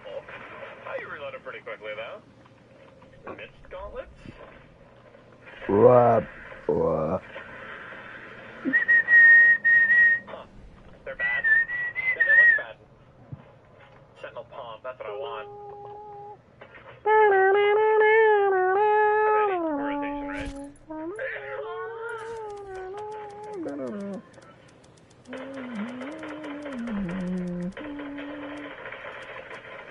Guys got the pistols, chat.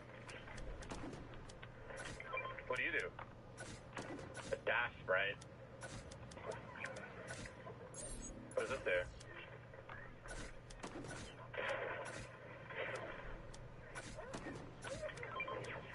Okay, dude.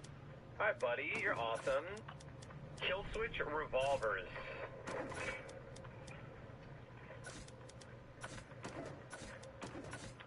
Space and air to dodge.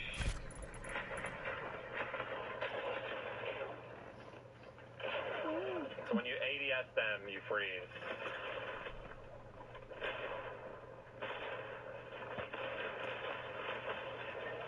Ah.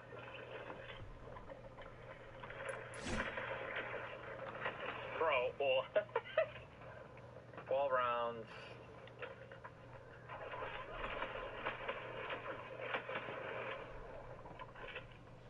Bro, I gotta get that grapple I've been seeing all the freaking sweats using.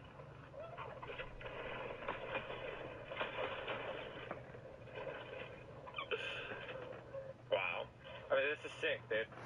You know what's weird? After, like, not playing Fortnite for a while, I almost forget, like, how combat works.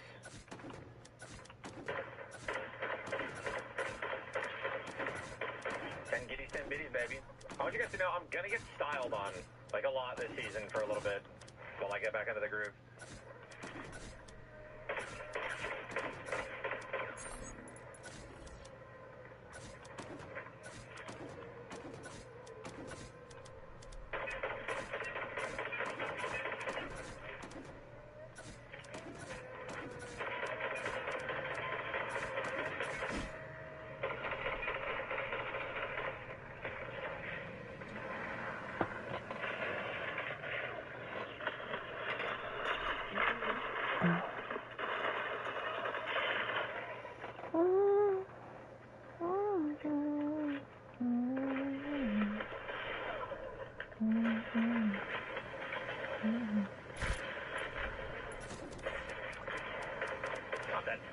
I missed that shot. Easy 35 HP.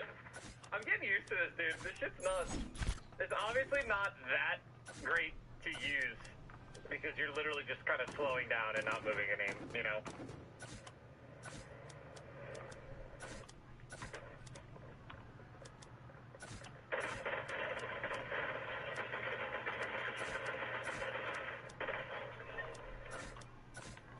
This pistol kind of seems busted.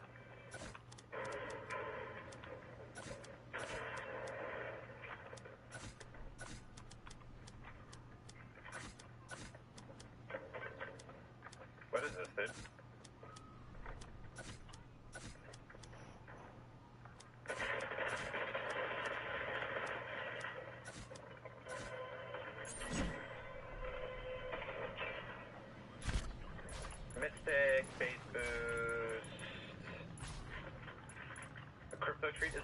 isn't this just like a one time you throw it?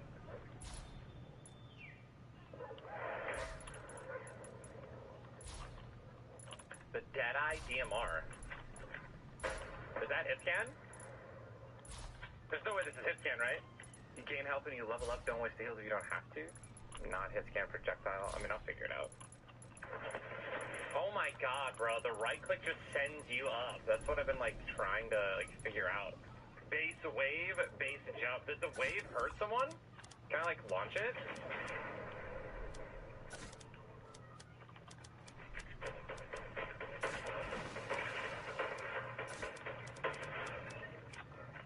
I mean, I was too close to tell if there's travel with those shots there.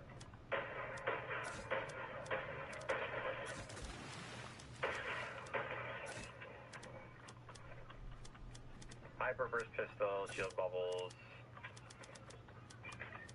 Deadeye DMR, healing. I'm gonna turn this little guy into the shrine, yeah? Right? I can pick this little fella up.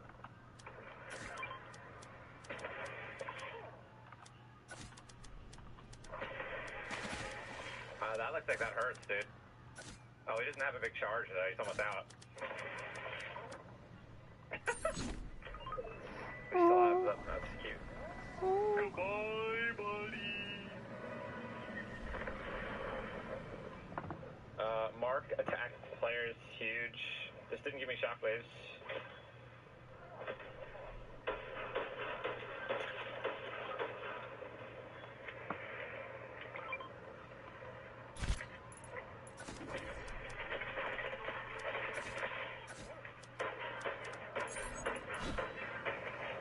Yeah, it's not Hitscan.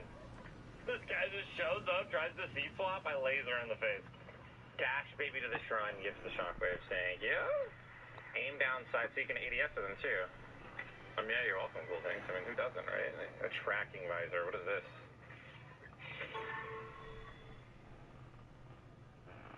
Bro, this is insane. I'm like a tracking god right now, bro. Coffee hitting a little too hard right now, chat. I think I'm about to shit my pants. I don't know if I can wait. Nope. Can't wait.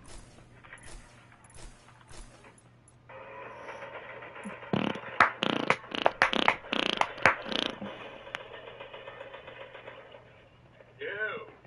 I'm dead, bro.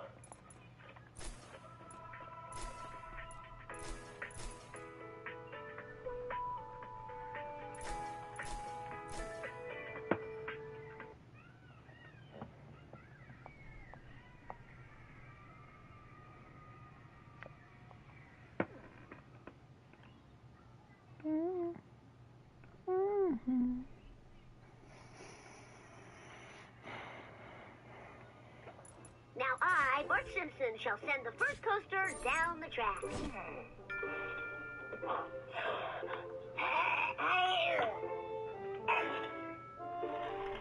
For once, I want to go first. But Millhouse, I already let you push me on the swings. No, and it's an honor, but I'm doing this. Ow! Fuck! Eat safety bar! Why are we best friends? Knock it off, Millhouse, because your seat was behind mine. Dear weirdo, pick up weirdo kid. Send. It's okay. I can breathe through my tear ducts. Did you eat a peanut? Tell me if this gets annoying. Now I, Bart Simpson, shall send the first coaster down the track.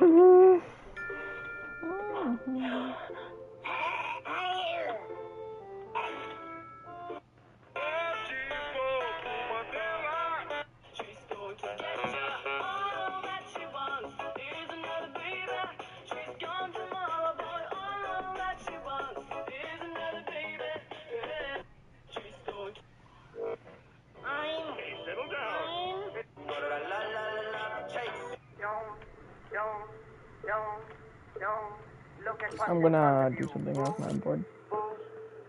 I'll be right back as well. I'll be right back. Excuse me?